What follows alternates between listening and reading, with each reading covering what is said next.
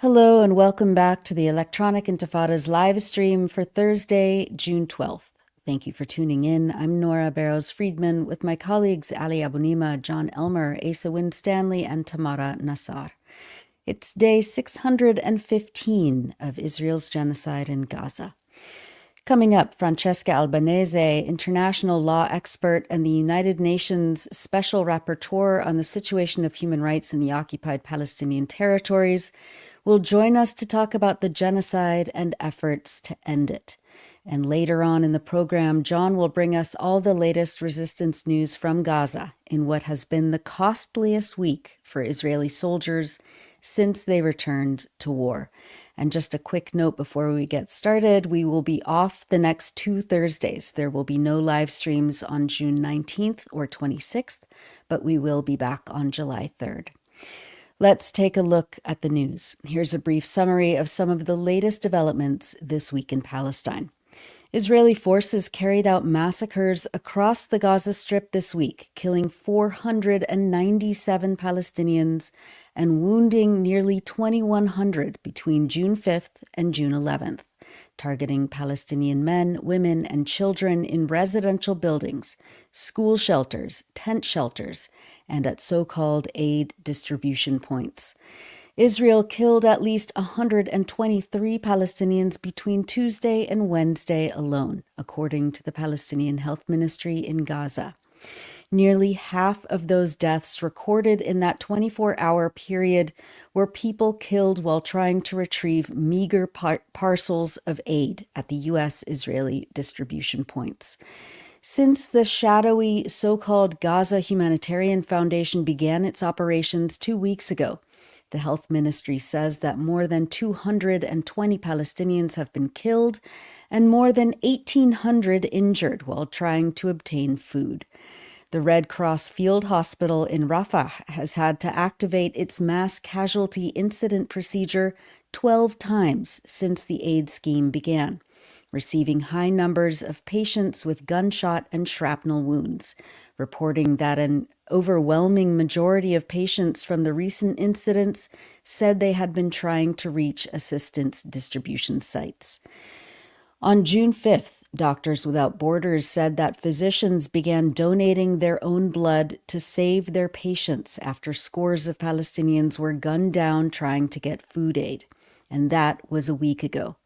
I'll have more on the death traps masquerading as humanitarian aid distribution points in a few moments. In northern Gaza, Israel relentlessly pounded areas of Jabalia and Gaza City this week. On Saturday, June 7th, 30 people were reported killed in an airstrike on a residential building in Gaza City, according to the Palestinian Civil Defense, while 4 new displacement orders were issued for areas in northern Gaza. This video shows Palestinian civil defense workers and first responders trying to safely evacuate civilians from an Israeli military-designated red zone in Jabalia. According to journalist Ali Abu Harbid, Israeli quadcopter drones targeted anyone who crossed into the arbitrary boundary as Israeli forces prevented rescuers from reaching and evacuating those left behind. ضايع السيارة. اطلع اطلع اطلع اطلع شباب اتحركوا من الآن. تعالي يا اختي تعالي. هات الولد هات الولد. هات الولد هات الولد. تعالي تعالي تعالي. تعالوا الشباب اتحركوا. هاي اخوات اخوات اخوات. تحركي يا اختي تحركي. مش هسيب الإصابة مش هسيب الإصابة ورايا.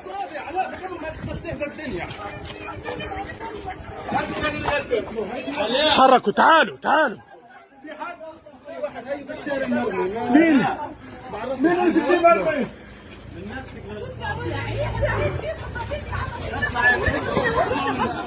اطلعوا اطلعوا هيك الناس تطلع الناس. Israel cut the last remaining internet access line in northern Gaza earlier this week, plunging the area into a near blackout and preventing people from calling ambulances after massive airstrikes. And today, on Thursday, a total communications blackout was reported across central and southern Gaza as well, collapsing internet and phone services following Israeli airstrikes on telecom infrastructure, according to the Palestinian Telecommunications Regulatory Authority. Journalist Al-Hassan Salmi delivered this report on Wednesday from the besieged north after the internet connections were severed. Hello everyone, this is me Al-Hassan Salmi, a journalist from northern Gaza. Just to keep you up to date here, the situation is going from bad to worse because of the ongoing bombardment. More than 40 people have been killed from the morning until now, and now the second day without internet connection, without communication here in northern Gaza Strip, and this situation make the situation worse because the injured people cannot call the ambulances to come to Jabalia or to Beit Lahia or to the bombing area to take them to the hospital.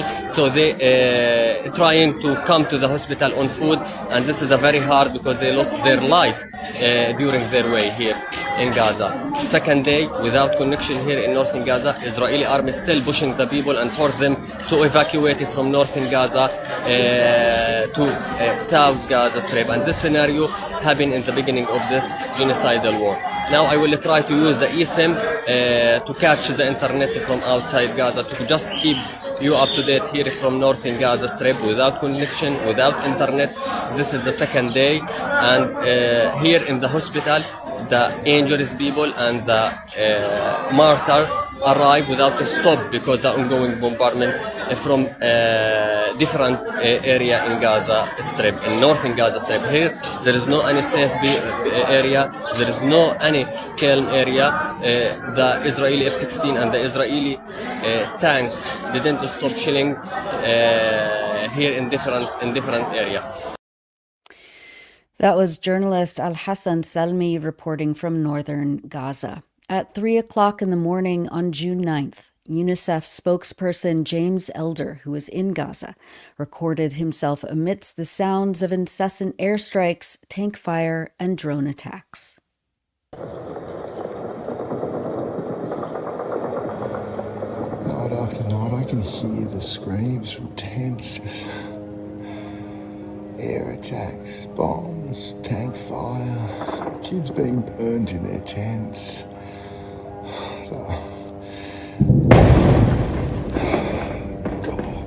Those kids will get to a hospital, maybe the ones that are horrendously burnt. Limbs blown off in there, there'll be no medicines, no painkillers because they're denied entry. Those children will lie there screaming in pain as they are right now. And they'll be denied the ability to leave here. Bombed in their tents, somehow survive, writhing pain, denied painkillers, denied medicines, and then denied a chance of life by living.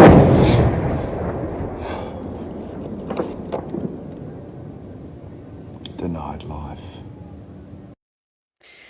That was James Elder, spokesperson for UNICEF in Gaza this week. The Gaza government media office stated on Wednesday that the Israeli occupation is, quote, deliberately creating chaos in the Gaza Strip by perpetuating a policy of starvation and deliberately targeting and killing starving people seeking food.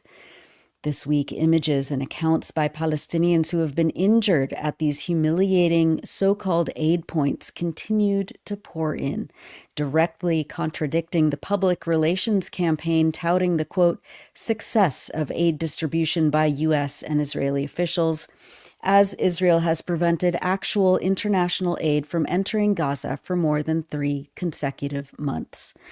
The Gaza government media office warned the international community that the Israeli government and its U.S. mercenary partners have turned aid centers into, quote, human slaughterhouses, and demanded that the world act to allow the flow of real aid into Gaza as people starve or risk death by trying to obtain small boxes of food that are wholly inadequate to meet the basic needs of 2 million hungry people, half of them children.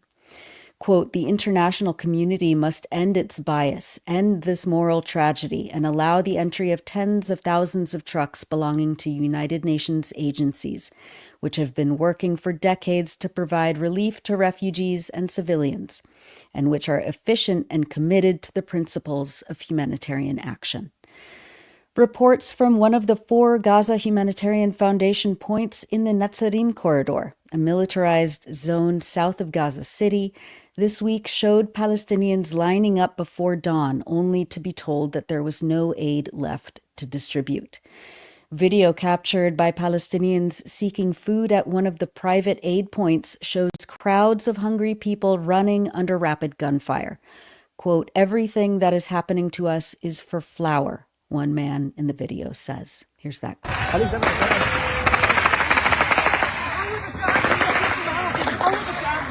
زي ما انت كده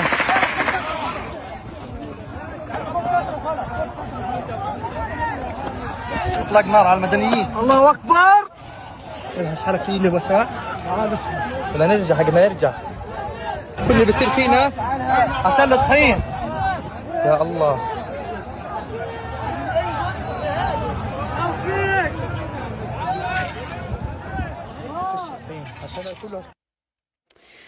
Philippe Lazzarini, the Commissioner General of UNRWA, the UN Agency for Palestine Refugees, said on June 10th that, quote, "This humiliating system continues to force thousands of hungry and desperate people to walk for tens of miles, excluding the most vulnerable and those living too far.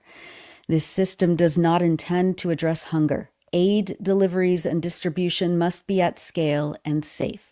In Gaza, this can only be done through the United Nations, including UNRWA. We have the expertise, the knowledge, and community trust. The State of Israel must lift the siege and allow the UN safe and unhindered access to bring in aid and distribute it safely. This is the only way to avert mass starvation, including among 1 million children. Today, there are 12,000 UNRWA staff who continue providing health, sanitation, and psychosocial services under the most brutal and adverse environment. Our warehouses outside Gaza are full, with a volume of assistance equivalent to 6,000 trucks. Letting food rot and medicine deliberately expire would simply be obscene," Lazzarini stated. Meanwhile, the New York-based Center for Constitutional Rights has officially notified the Gaza Humanitarian Foundation of its potential legal liability for complicity in Israel's war crimes, crimes against humanity, and genocide against Palestinians.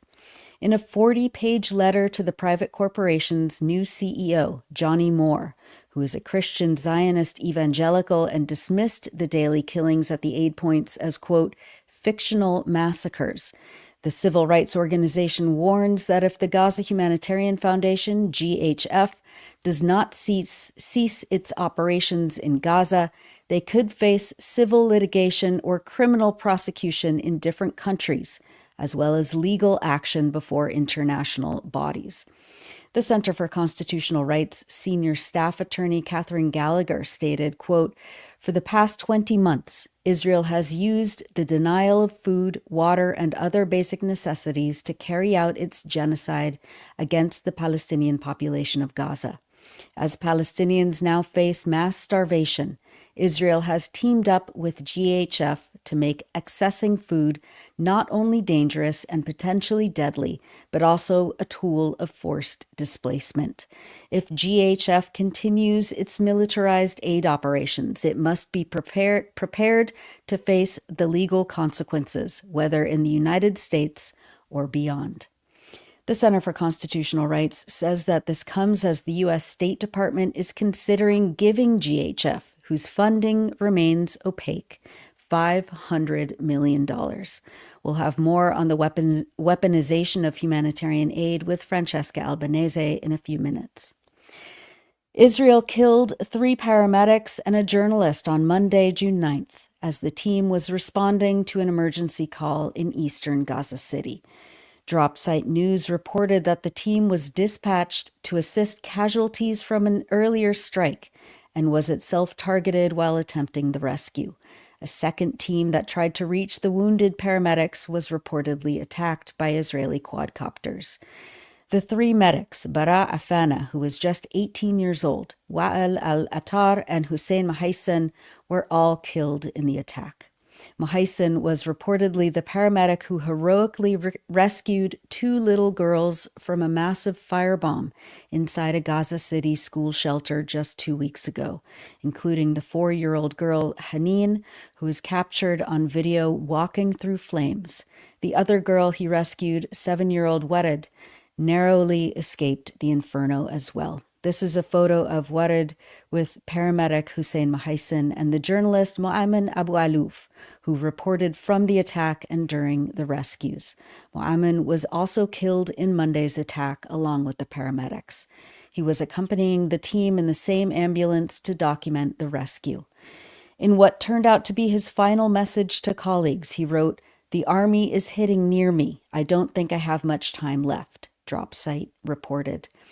Mu'amin Abu Alouf, who was only 19 when he was murdered in the June 9th attack, was the 227th journalist and media worker to be killed by Israel since October 2023.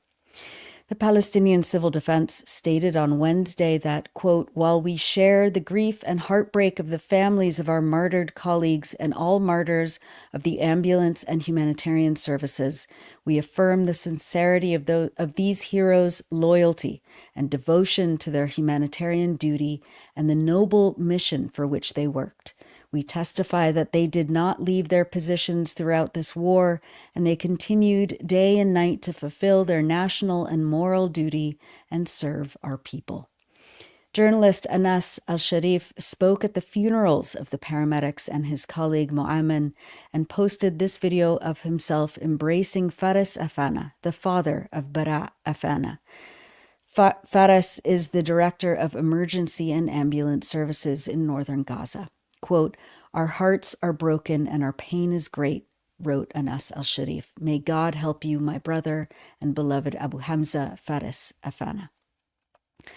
Turning to the catastrophic medical situation and the ongoing attacks on hospitals, the Director General of Gaza's Health Ministry, Dr. Munir al-Bursh, told Al Jazeera on Saturday, June 7th, that, quote, "The Israeli occupation is besieging Al-Amal and Nasser hospitals in Khan Yunis, preventing entry and exit, and demolishing the surrounding buildings, a repetition of the northern scenario that began with the destruction of the area around Al-Auda Hospital and Tal Al-Zatar, the Indonesian hospital, and Kamal Adwan Hospital, all aimed at forcibly displacing the population.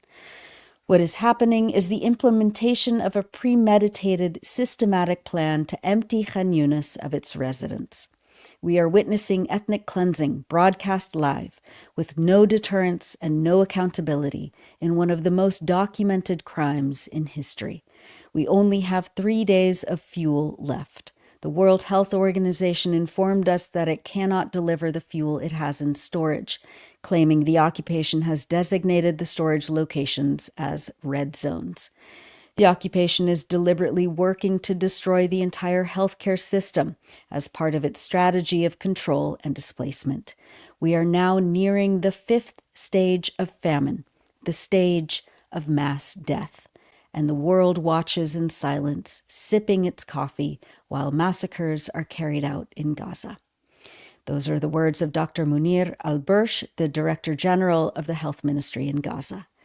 The ministry warned on June 11th that hospitals are experiencing both severe overcrowding and the near-total depletion of basic medications and essentials. All hospitals in northern Gaza are officially out of service, the health ministry added. Emergency interventions, quote, "will be meaningless as health and humanitarian indicators deteriorate to levels and outcomes that are difficult to address." Turning quickly to the occupied West Bank, on Tuesday, June 9th, Israeli forces launched an invasion and mass arrest operation in the old city of Nablus in the north. The United Nations Humanitarian Office says that Israeli soldiers imposed a curfew, conducted house-to-house searches, and reportedly used a school as an interrogation center. At least 20 homes have been searched, with reports of damage to Palestinian property. On Monday in Jenin, the Israeli military announced an imminent plan to demolish nearly 96 structures, most of them residential, in Jenin refugee camp. More than 280 families who stand to be affected had been given 72 hours to retrieve their personal belongings, the UN said. And in Tulkarm, Israeli raids and demolition orders have intensified in the Tulkarm and Nur Shams refugee camps since Friday, June 6th. More than 36 buildings have been demolished so far, according to the UN Agency for Palestine Refugees, with destruction extending beyond the original orders issued at the beginning of the month. Our contributor Zaina El-Tahan, writing for the Electronic Intifada in her report, Will Israel Expand Its Assault on the West Bank, which we published in late May, says that, quote, the mass deliberate displacement and destruction of entire refugee camps, openly declared and executed as a strategic objective by the Israeli military and government, raises serious questions about the fate of Palestinian survivors of the 1948 Nakba and their descendants, particularly if the operation expands to other areas of the West Bank. Not only that, it puts into question the next phase for the millions of Palestinians across the entire West Bank, as Israeli forces now station themselves in the heart of Palestinian city centers, which make up so-called Area A, which is nominally under the governance of the Palestinian Authority. Analysts believe that the worst is yet to come. Al-Tahan writes that along with refugee camps in the north, in areas like Jenin, Tulkarm, and Nablus, quote, Israeli forces have intensified their raids on other refugee camps across the West Bank. In the Dheisheh refugee camp in the southern city of Bethlehem, soldiers hung up flyers warning residents against the, quote, heavy price that refugee camps of the northern West Bank have, quote, paid for terror and armed activities. Incursions into Ramallah's refugee camps of Amari and Jalazon have also increased. Besides the refugee camps, Nablus-based political analyst Suleiman Bisharat believes Israel, as a matter of policy, seeks to take over the entire West Bank. Quote, the West Bank is at the core of the aspirations of the Israeli state. That Israel may retreat from its policies in the occupied West Bank is impossible, unless some major global transformations force it to, he said. Israel claims that there is a security rationale for this operation, but that is not the real goal. Their goals are political, imposing Israeli control over the West Bank, as well as ending the issue of 1948 Palestinian refugees, said Bisharat. Those are excerpts from Will Israel Expand Its Assault on the West Bank by Zaina El-Tahan, writing from occupied Jerusalem on electronicintifada.net. In the U.S., a major legal victory was won on Wednesday, June 11th, as a federal court judge concluded that Columbia University student leader Mahmoud Khalil would continue to suffer irreparable harm if he remains detained, and granted Khalil's request for a preliminary injunction. Khalil is a green card holder and permanent U.S. resident who has been in an ICE detention facility for more than 3 months over his advocacy for Palestinian rights. This preliminary injunction blocks the Trump administration from using the provision of the Immigration and Nationality Act, the INA, that Secretary of State Marco Rubio invoked to detain and attempt to deport Khalil and other students and scholars for their speech, according to the Center for Constitutional Rights. They say that this is the first federal court to rule that Khalil and other non-citizens cannot be deported based solely on the so-called foreign policy ground of the INA. It is a blow to the Trump administration's attempt to suppress the speech of those who protest and speak out in support of Palestinian rights. One of Mahmoud Khalil's lawyers, Amy Greer, said, quote, today the judge found what we already knew. The Rubio determination is unconstitutional. The U.S. government cannot detain people for their protected political advocacy. Today was the first step to justice, but we will not stop fighting until Mahmoud is home with his wife and child.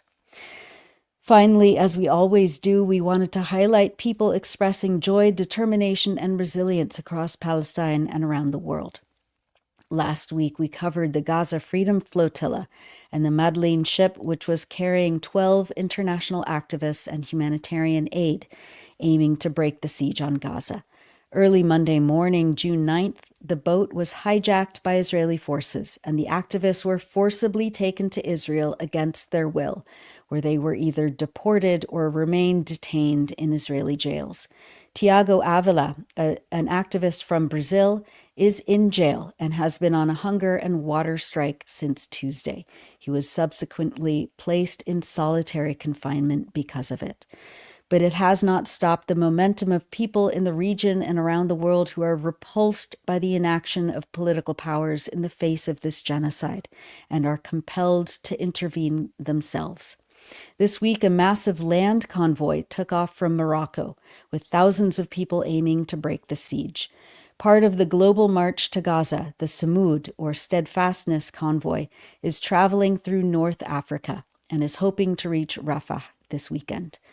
Unlike governments and societies that have grown used to silence, these participants are taking the long road to affirm Gaza is not alone, the activists say.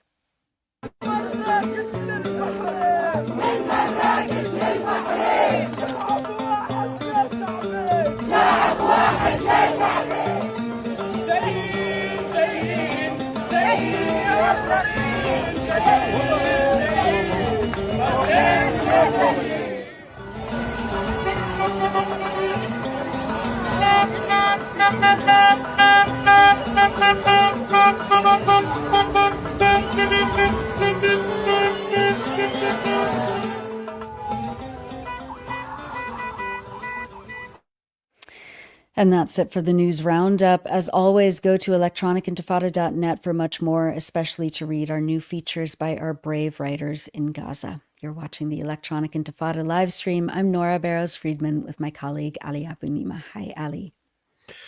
Hi, Nora. Thank you for that always comprehensive, incredibly painful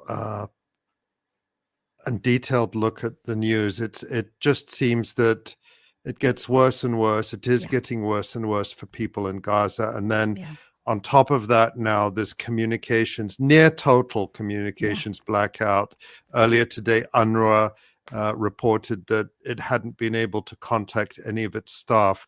I've been trying to connect with people in Gaza all day, and we've been able to communicate briefly with people who have been able to get minimal signals or who have eSIMs, and we were able to check on a few of our colleagues there and relieved to know that they're okay. But this blackout is just another layer that Israel can escalate its atrocities in darkness. So please, the one message that I got, and Asim and Nabiha, our colleague in Gaza, put this out on social media.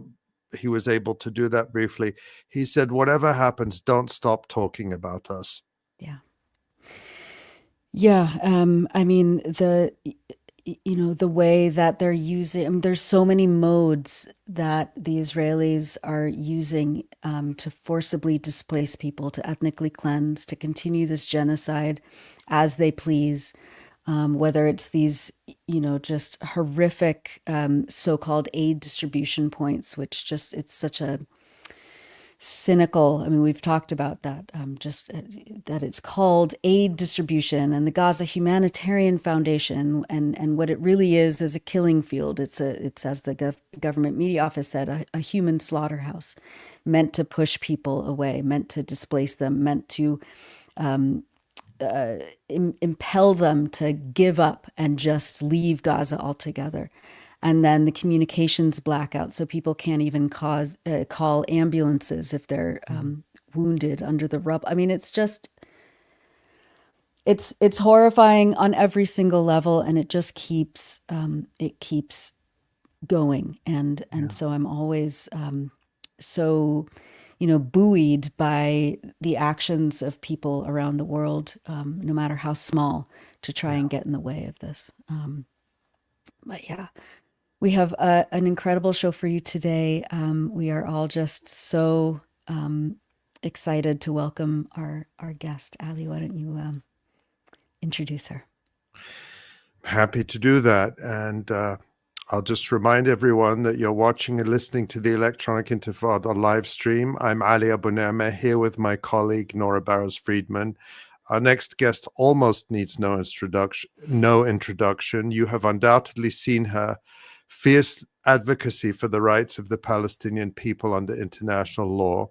Francesca Albanese is an international lawyer, and since May 2022, she has served as the United Nations Special Rapporteur on the situation of human rights in the occupied Palestinian territories. An affiliate scholar at the Institute for the Study of International Migration at Georgetown University, Francesca Albanese is the author of Palestinian Refugees in International Law, published by Oxford University Press in 2020. It is considered a landmark in the literature on the subject, and it's only one of her many legal and scholarly publications. Francesca has taught at universities across Europe since 2018, and before that served as an advisor to several international organizations and UN agencies. As special rapporteur, she has published 4 major reports on Palestinian rights, the most recent last year about the ongoing Israeli genocide. We're really pleased to welcome you to the Electronic Intifada live stream, Francesca. Thank you so much for having me. It's my honor, for real. So thank you, Ali and Nora. Thank you so much. It's so good to have you.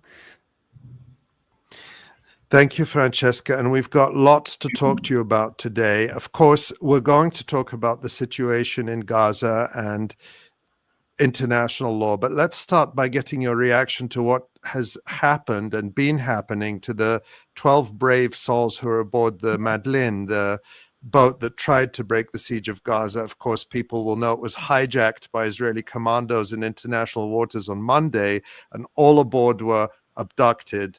We've heard in the last few hours that Rima Hassan, a Palestinian French member of the European Parliament, is finally on her way back to France after enduring an ordeal including isolation and very abusive detention conditions. Greta Thunberg was deported, of course, a couple of days ago.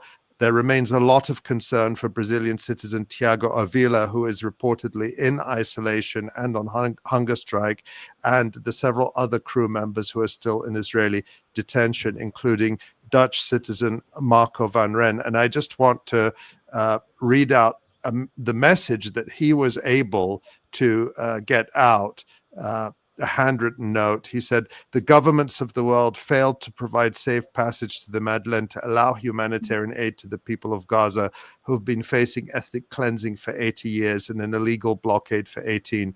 To prevent another Israeli war crime, they must now step up, oppose the apartheid regime of Israel, and provide safe passage to the Samud convoy in Egypt. The time to act is now. Free Palestine."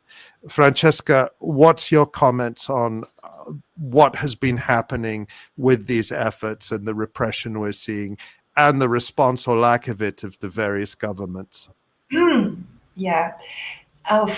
This story in particular, of all the stories of solidarity with the Palestinian people, and I would say with the few Israelis who have the courage to stand against genocide, against the forever occupation, against apartheid, they're there, and I will not invisibilize them, but there are a few. This is, among all the stories, this is the most, this is the closest to me, because I think you got it from the media, but I was on the phone with them when they were surrounded by the vessels, the first vessels, and then flown over by the quadcopters, and then intercepted and seized. So it's been horrific just to be on the other side of that call, to see how mature and calm these people were. And I hadn't seen this message from Marco, but this is the people I've been interacting with. These are the flotilla people. So, this, for me, the Madeleine has achieved as much as no one else other than the Palestinians, more than we in the UN, more than anyone else in shedding light on what's happening to Gaza for a number of reasons. First of all, because they are individuals who have put their life in the line, and they have whatever. It's comfortable to criticize and say, "Oh, nothing would happen from the sofa, your comfortable sofa in London."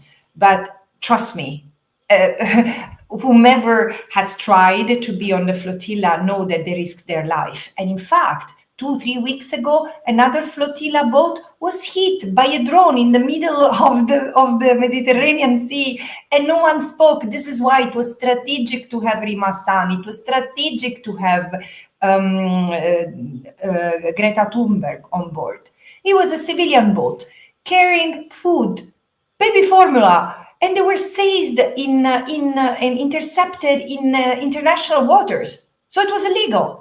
Israel didn't have any reason to stop that, any justification. And they say, well, it's against the blockade. For sure it's against the blockade, because it should be against the blockade, because the blockade is illegal. So my take on that is that the success of the Madlin is in the fact that now so many people are leaving from the Maghreb, as Nora was saying. I mean, and I had goosebumps by looking at that, because I sit in Tunisia. I know how painful these last 16 months have been for the people here. I remember having discussions with people in the street saying, if I could, I would go today to stand in solidarity with my brothers and sisters in Gaza. And they're sincere. I mean, this is a country that really feel close to the Palestinians. And it has mobilized solidarity. I've had friends, doctors, dropping their work and traveling to Egypt to go to Gaza. So this is proof that what I've been saying for the past years is true. Palestine has triggered a global revolution. It has started, and people shouldn't feel discouraged by the fact that governments and their media acolytes are laughing, are giggling, are ridiculing them. This is their attempt to distract the people who have no stake in it. But the revolution is already in motion, and member states better catch up, because they will go in history as complicit. Francesca, just on this, I mean, you talk about states, and you mentioned the convoys and moving across the Maghreb, across North Africa.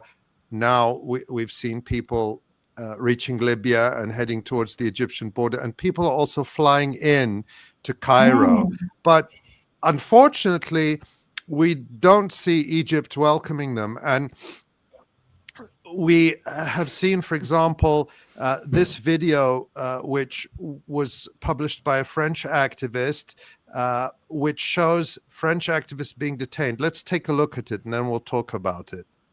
Là, on est enfermés, on ne sait pas ce qu'on fait, on nous dit de ne pas sortir, voilà, tous ceux-là, ils sont allés les chercher à leur hôtel, ils nous les ont ramenés ici, nous on nous dit pas ce qui se passe, les papiers sont comme des chiens, voilà, comme des chiens, nos passeports sont confisqués, on nous dit rien du tout, on ne sait pas ce qu'on va faire de nous, voilà, on leur parle, ils nous parlent pas, donc vous pourrez leur dire. And that video was embedded in an article by the French publication Blast, and our colleague Elie Gerzon added those subtitles in English. And in the video, the woman says that she and other people visible in the video were all arrested from their hotels, brought to that place of detention, that their passports were confiscated. She says they've not been told what will happen to them, and that the Egyptian authorities won't speak to them. Blast reports that French authorities have not been very responsive either. And I just want to show you another quick video. This was posted by Tunis-based journalist Raya bin Mubarak, and apparently it shows Algerian activists being deported by Egyptian authorities. Let's take a look at that.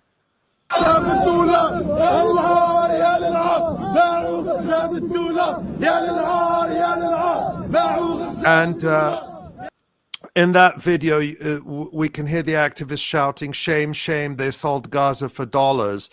What's your reaction, and what you're calling on governments to do? I think you actually even put on Twitter today that governments should be sending their navies to Gaza. Talk more about what your reaction to what we're seeing here and what you think these governments should be doing. Ali, member states have an obligation to prevent genocide. Let's assume, I understand some member states keep on saying, no, but it's not genocide, there is not a tribunal establishing. Let's assume that this is right. They still have an obligation to prevent genocide, including by making sure that aid is delivered, which means you cannot rely on the state which is accused of committing genocide for aid distribution. And it's clear today that the device, the tool that Israel has engineered to deliver food to the Palestinians in Gaza, after completely dismantling, after obliterating UNRWA and what multilateralism, including through humanitarian action, means, which is a horrible precedent in and of its own, means. So what Israel has done after obliterating the UN system is setting up something that it's humanitarian just in name, because in reality, it's a joint criminal enterprise. This is what the Gaza Humanitarian Foundation is. Humanitarian doesn't belong to that thing. And really, today, as I was looking at the videos coming out of Gaza, or yesterday, I was saying it really looks like the Squid Game series. They are tormenting, they are torturing, they are really brutalizing the Palestinians. They are playing with their life. In the face of this, it's a shame. It's a shame that the government, especially in neighboring countries, Egypt borders with Gaza. I understand they have their political issues, their security issues, but here we are talking of a genocide. They don't want, and people starving. They don't want the activists to go through Rafah. Well, they can use their port, because I've been through Rafah, and it's checkpoint after checkpoint after checkpoint. Whatever the reason to be so security obsessed shouldn't prevent solidarity. But the question is, why are we relying on individuals from Tunis, from France, from the Netherlands, from Algeria, when it should be member states sending their boats to Gaza? And I'm not saying sending the army, which at a certain point wouldn't be, again, there is a responsibility to protect. We have had humanitarian interventions. We have had member states intervening militarily in other countries to protect the population from abuses. Wasn't it the war in Libya started to protect the Libyans? I'm not encouraging anyone to start a war with Israel. Perish the thought. I'm just asking to send navies, ships with food, baby formula, medicines, doctors and nurses. And the politicians can go themselves to ensure that there is no risk for Israel. But here, what is at stake is not Israel's security. It's Israel's impunity, which is allowing so many to profit. And this is why the genocide is not stopped. But again, Egypt have been quiet today because I was trying to reach out to the Egyptian authorities. So that then, because then, again, I'm always very strong toward European countries, because this is the place I come from. We must do better, because 500 years of colonialism have shaped who we are as a society. We need to fix it. And it's upon my generation and the one who comes to poke the colonial bubble and to be different. Palestine is the test now. And but again, the Arab countries, frankly, I don't know what to say. It's really jaw-dropping, the silence and all the attempts that they do, the performance, in order to sound reasonable. And then just, again, I tell them, if you don't stand against this slaughterhouse, you are complicit. There is no other way. Yeah. Francesca, speaking about the Gaza Humanitarian Foundation, again, I get like such a bad taste in my mouth when I say those words together, but that's what they're calling it. The private U.S.-Israeli group that purports to be distributing aid to people in Gaza. What is your take on the reports that Israel is collaborating with local gangs in Gaza to sow chaos. The Palestinian, the Gaza government media office has said over and over again that this is part and parcel of Israel's and the U.S.'s, plan for Gaza right now to completely collapse it politically and on every level of society. And what's your understanding of what's happening and who is involved and why? Yeah, look, the first information I've had on this has been from Israeli sources. I mean, I read on English Israeli websites that some political figures were accusing Netanyahu of harming jihadists. So I went to dig into it, and I've been, doing some research, talking to people who are expert on the region, saying, is it really true? Because the way Europeans are, for example, are reading it is that, Israel is trying to replace Hamas. No, Israel is not trying to replace Hamas. This Abu Shabab guy is a collaborator. It's the epitome of what a collaborator is. He belongs to a clan who has disowned him. So he doesn't have popular support. He doesn't even have an ideology. He's really acting as a militia for Israel. It's just about money. And I don't think that Israel is using this tactic to create an alternative to Hamas. It's just to seed chaos, exactly as you said. And this is part of the descent into abyss that is expected from Gaza. It's yet another way to accelerate the societal breakdown of Gaza, which is horrible, frankly. Again, it's such an abominable experiment, and it's happening in 2025. This is the thing. We are not in 1925. I don't want to go as far as to the forbidden analogy. We don't need to. Although some of the tactics and some of the dehumanization, as a European, I'm reminded of it. But again, what Israel is doing to the Palestinians is, equates to writing one of the darkest pages in genocide history. And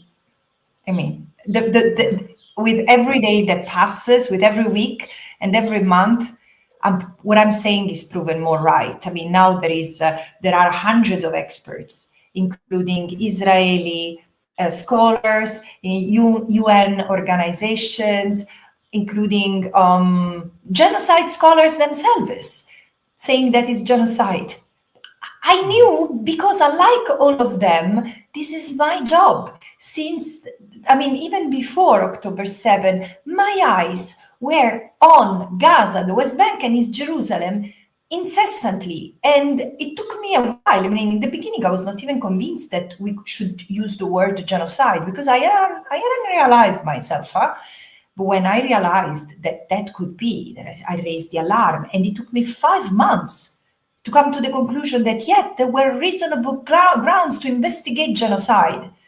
And then I had to write another report 6 months later saying, yes, it is genocide. And all these attempts, Nora, all these techniques are part of it, destroying the Palestinians as a people.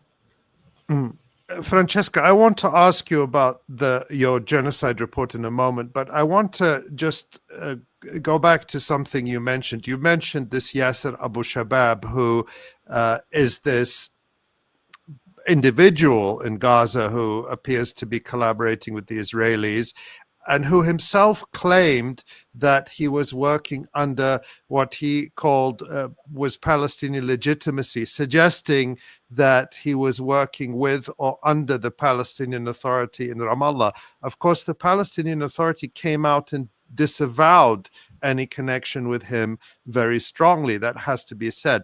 But can you talk about what you see as the role of the Palestinian Authority in this situation, given that it is the official address, so to speak, of the Palestinian people? It is the Palestinian Authority that occupies the the seat of the state of Palestine in the United Nations and other international organizations, for example. What's their role here? Or what should be their role?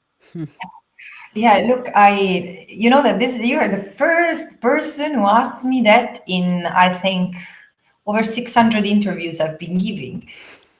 It's interesting because, look, I've criticized the Palestinian Authority, and they're clearly unhappy with it, despite the fact that there are fantastic people working for Palestinian Authority / PLO. In the sense, I think that the PLO has done a fantastic job at international level to maintain the question of Palestine visible on the UN agenda without relying on others and getting its ground. I mean, if you think of other people deprived of the right of self-determination, they've never gone as far as the PLO. However, the PA, the executive arm of the PLO in the West Bank now, in the West Bank, has become more and more under scrutiny and criticized by the Palestinians themselves. Again, I don't want to get into this debate, but what I've said in my work is, what I observed in my work is that I do not see the Palestinian Authority exercising any protection function toward the Palestinians. When I documented arrest and detention practices, and I described the overall occupied Palestinian territory as a panopticon, an entire prison, it's not just Gaza, the entire occupied Palestinian territory, through the prison system itself, which is made of Israel and the PA, because the PA often arrests people who are wanted by Israel. And there is, the Palestinians have a word like, I can't remember now in Arabic, but it's the revolving door. You say you get out of the Palestinian prison and you get arrested by the Israelis and vice versa. Babadouar, I think is the word in Arabic. And then it's not just that. The PA operates within the perimeter given by Israel. And in order, not to bother the Israeli security concerns, actually to facilitate, is to coordinate for Israeli security. This is the purpose of the PA, because in 2023, for example, there have been 12 pogroms or 17 pogroms before October 2023. And I was saying there is clearly no Israeli forces protecting the Palestinians from these violent armed assaults of the settlers. Rather the contrary, the Israeli army escorts the settlers. There is no Palestinian Authority, because I've never heard of Palestinians receiving the protection of the Palestinian security forces in Masafer Yatta or even in Nablus and Tuba, And so this is why I say that the Palestinian Authority is not there institutionally to serve the Palestinian people in terms of protection. This is a fact. But it's very convenient when for the international community to kick the can in the air and say, we provide assistance to the Palestinian Authority. And it's not your job, I say. It's not your job. This is internal self-determination. What you need to make sure is that there is external self-determination, meaning that the Palestinians are not subjugated, occupied, under an apartheid regime. This is your job. And the Palestinian Authority, I think, could be more forceful. Now, and again, at the UN level, they are fantastic. And so in The Hague, there are fantastic ambassadors. But when it comes to the system itself, is not there to serve the Palestinians. So the Palestinians, let's imagine in the future, there is a two-state solution. No judgment on that. But I think that the Palestinians should have elections and elect their leaders, and others have to respect that decision. It's not that the Palestinian Authority reigns through leaders appointed by the leaders, because this is not what the Palestinians have been struggling for generations. As an observer, I say that it just doesn't make sense to me.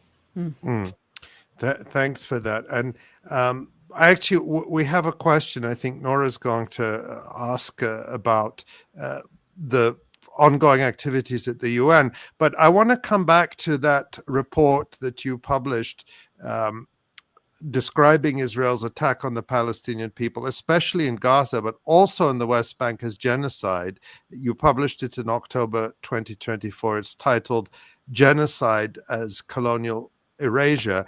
And you explicitly invoke the 1949 Genocide Convention. You write, quote, individuals clearly identifiable as perpetrators should be prosecuted. However, it is the entire state apparatus that has engineered, articulated, and executed genocidal violence through acts which in their totality may lead to the destruction of the Palestinian people. This must stop. Urgent action is required to ensure the full application of the Genocide Convention and full protection of the Palestinians. Again, I just want to give you the opportunity to say what it is that governments around the world can do and should do right now.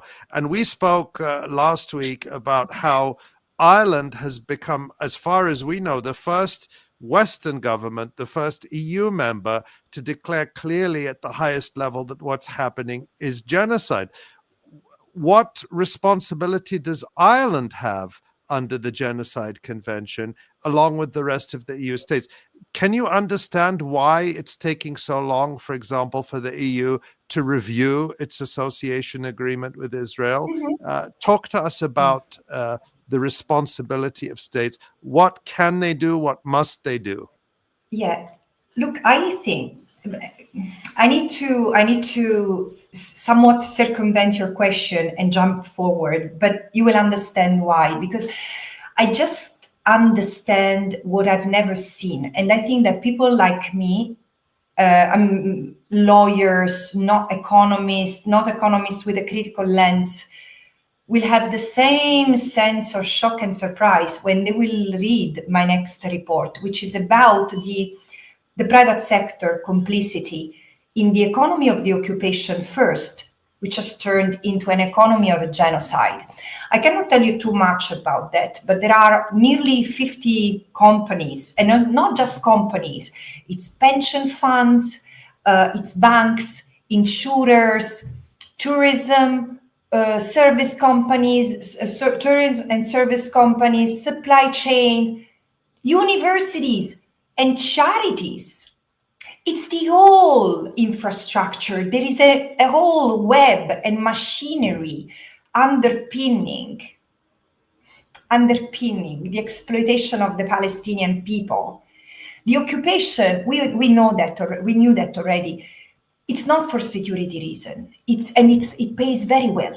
It causes enormous damage to the Palestinians in terms of GDP, but it enriches people. The state of Israel, through the resources it sucks from the Palestinians, water, quarries, oil, fuel, electricity, everything. And but also it's the technology that is, and I'm always really embarrassed to say that when there are Palestinians in front of me, because it's horrible. But the Palestinians have been the guinea pigs of a system, and they have provided so much supply in terms for testing of every kind of technology, particularly surveillance and weapons. And this is historical. I mean, Anthony Lowenstein had already written about that.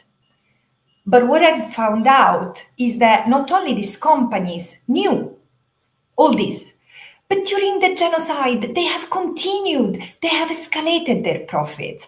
So it goes, now I go to your question, Ali. Why member states don't? Because sometimes member states are controlled by companies. I mean, I come from a country where there are companies that are so influential that in fact we don't know who controls whom. And also companies are very smart, but this is also the legacy of colonialism, because they escape, I mean, they are actors in international law without obligations.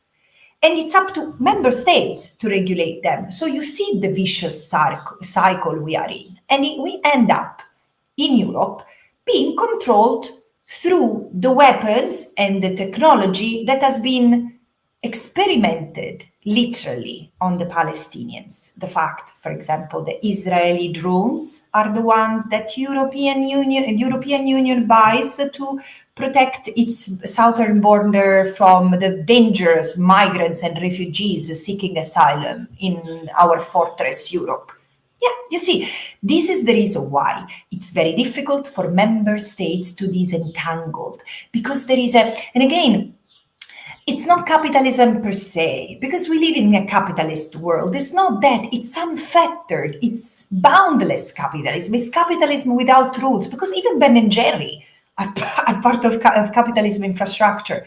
And still, there are so many businesses who act with ethics and so many who don't. And this is where we need to go. This is why Ireland, let's talk about Ireland.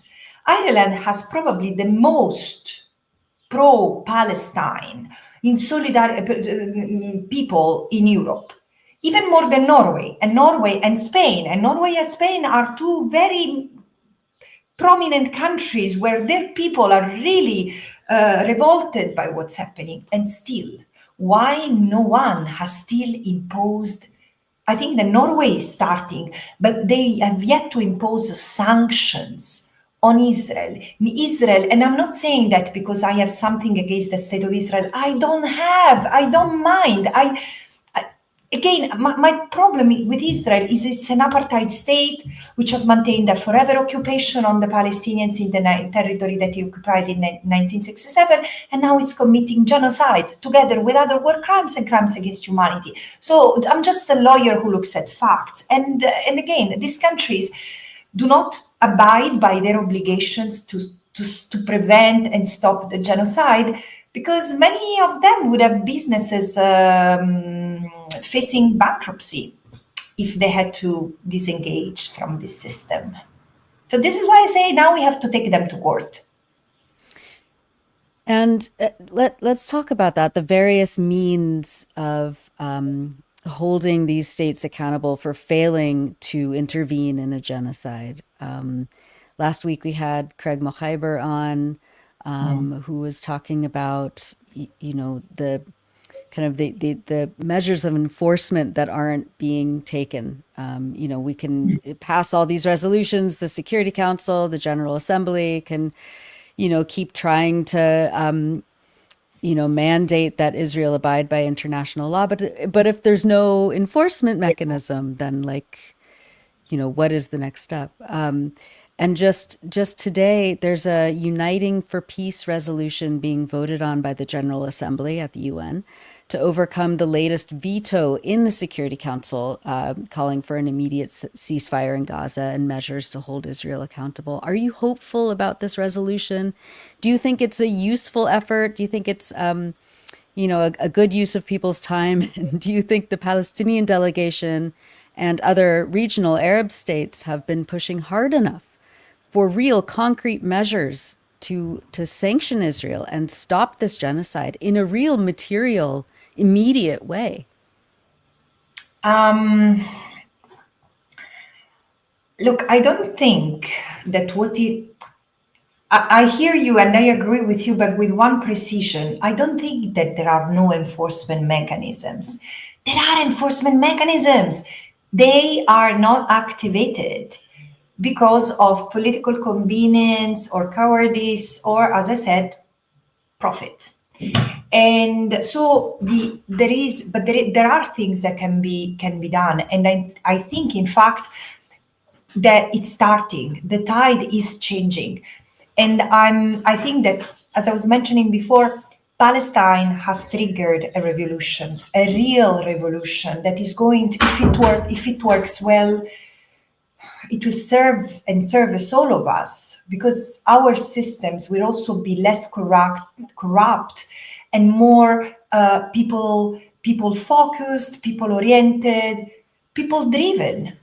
And because, look, there is a direct, let me explain what I mean. There is a direct link between the way universities are repressing students, that they say that it's for anti-Semitism. No. It has nothing to do with anti-Semitism. Again, it has to do with profits and with the money that comes from certain areas, particularly the defense industry.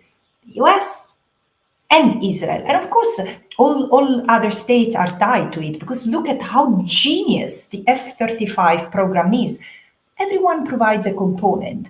And then we have created so many threats around us that now we say, oh, if we don't have the F-35, how are we going to protect ourselves from all the people that we have made upset? Probably you could stop making people upset. What about that? You could stop upsetting people and exploiting people and treating them like less human. And so I think that now what is to happen is this tide. Sorry, no, I was saying there is a direct link between the repression that has been felt in France, in Germany, in England, in my own country, in Italy, and Palestine.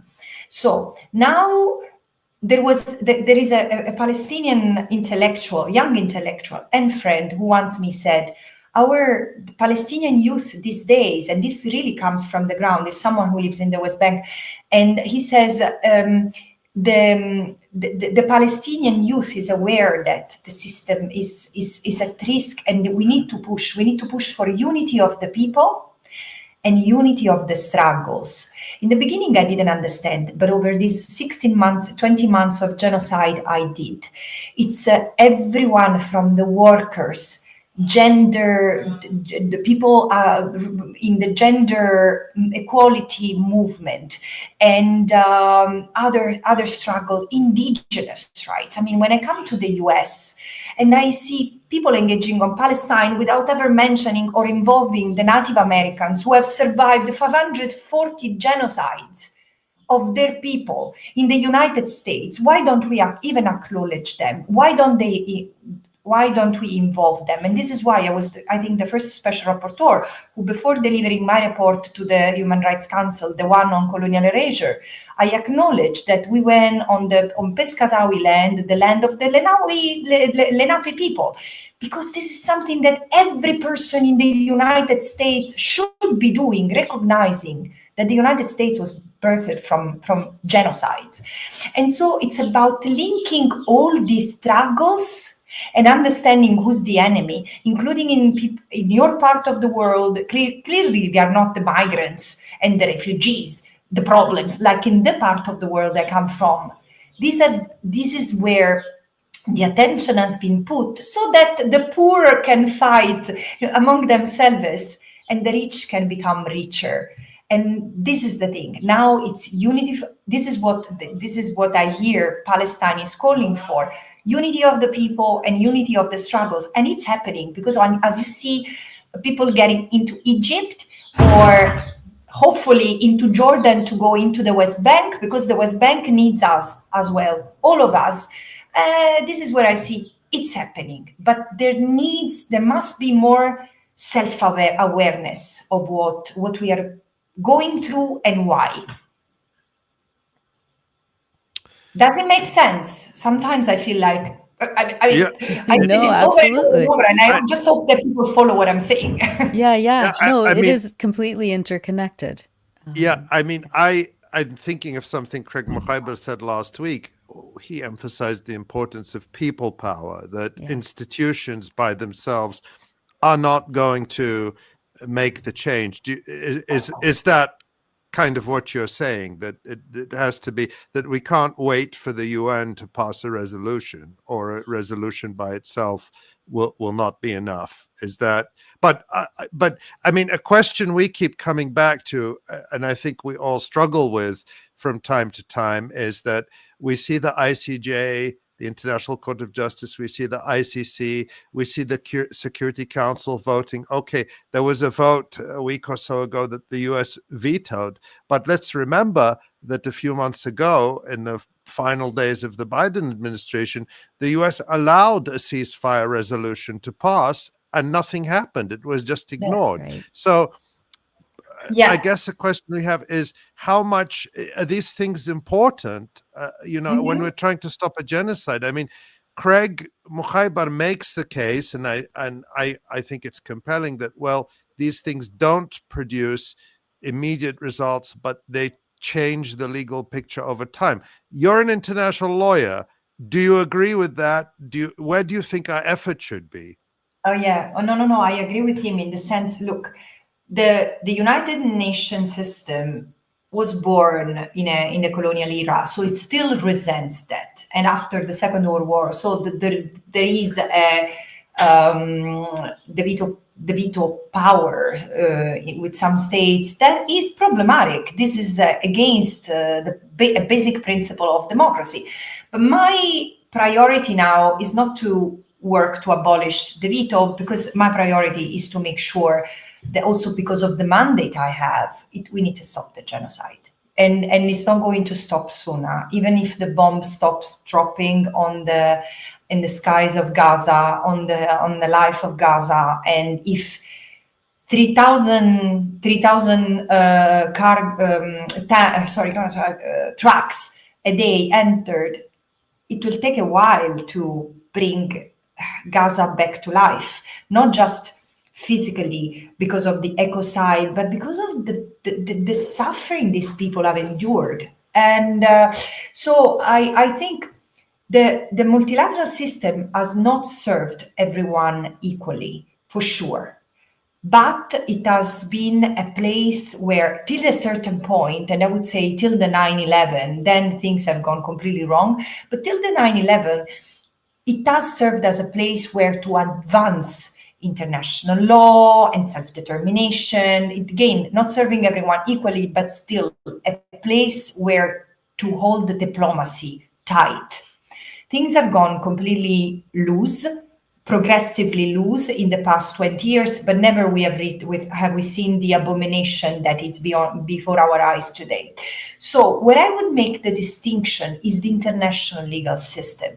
So while I still think that the political, for example, there is the Hague Group, which is it's a coalition, a small coalition of actors, all from the global majority, the global south. But still, it's so important because they want to pursue accountability and they want to end ties, economic ties, especially want to impose an arms embargo. They are cutting ties where it matters. So what member states have to do to comply with international law, and which is very important. It has advanced a lot. Think of the ICJ advisory opinion saying the occupation is unlawful. Now we have the authority of a court, and it's up to us, civil society, to use it.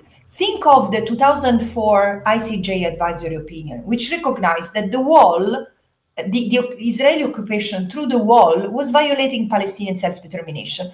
Who are the only ones to really use it, other than scholars to debate? The PDS. The PDS has really been the offspring of that decision. Now the offspring of these, enormous tsunami-like revolution that the ICJ has brought about, because it's one of the most seismic legal development at the ICJ level, because there was a lot of participation from states. 16 member states intervening, and most of them talking about apartheid and the illegality of the occupation. We need to use it. And if member states pretend not to hear that, because now we have a tribunal which has decided, so why don't they listen? So it's not true that they're waiting for the ICJ to conclude that there is genocide. Doesn't matter. This is a way to get time, to buy time. But having international law, it's what is allowing us to speak with this level of certainty. And in courts, we still win. This is the thing. The people who advocate and use this in court advance. And this is, in a society, this is how history operates. It doesn't make leaps, but there is an evolution that happens also through these cultural changes and legal changes that these developments allow. What would it take, if Ireland or Norway or Spain or one of these countries, said, that's it, we are fully sanctioning Israel, we're pulling all of our, trade weapons contracts, we are prepared to protect the Palestinian people. Would that sort of just by one member state of the UN, would that trigger a sort of domino effect? Is that something that could happen to allow other states to say, "Oh yeah, well I'm going to join Ireland or whoever does it because I don't also want to get implicated when the tribunals start happening." What could it Look, take? Look, I always go back to history because this is what we know for sure. And while I don't have a crystal ball, I cannot predict. But I remember that the anti-apartheid movement became global because of the effort of some young Irish workers like Mary Manning, who refuses to pass at the counter fruits coming from South Africa because she had been informed by her trade union that they had received the call from their fellows in South Africa that they needed to boycott South African products. This is how the movement started, and then they became more global. And it took a long time. I mean, I remember reading that even the year before the apartheid in South Africa collapsed, it looked at like the darkest moment. So we never know. We need to keep on pushing. It's like when it seems to me like if the world was or humanity was in labor. This is a very painful moment, but something better can be born from it, from this horror. It's interesting because I often quote Arundhati Roy, who says, "A new world is coming, is forming, and in the quiet days, I can hear her breathing."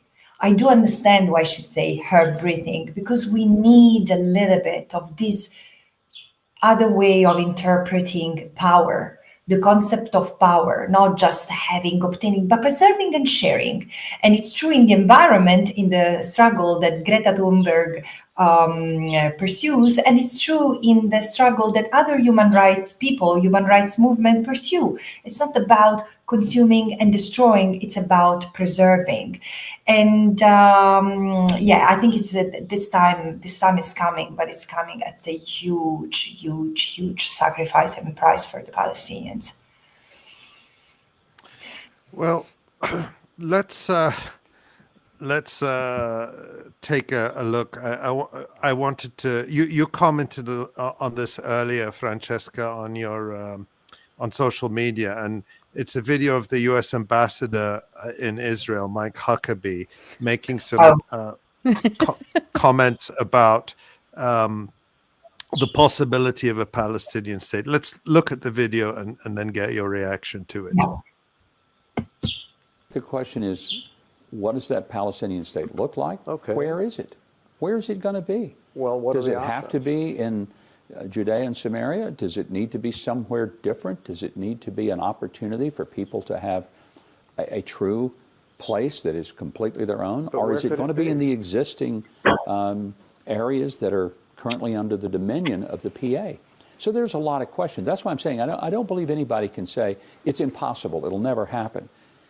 But if someone wants to declare that this is the exact strip of geography that is going to be the future Palestinian state, that's where the complication comes from. Well, maybe the word is exact. That's the problem. Are you suggesting that somewhere other than mandatory Palestine area, that it could be in Saudi Arabia or something? Or are you suggesting? I'm just saying that I think every option should be and could be on the table. Okay. Of course. Let me add something to that. Israel has a little narrow strip of real estate. We all hear the simile that it's the size of New Jersey, so it's small. Muslim-controlled countries have 644 times the amount of land that Israel does. So when people say Israel needs to give up something, you kind of scratch your head and say, okay, let me see if I get this right.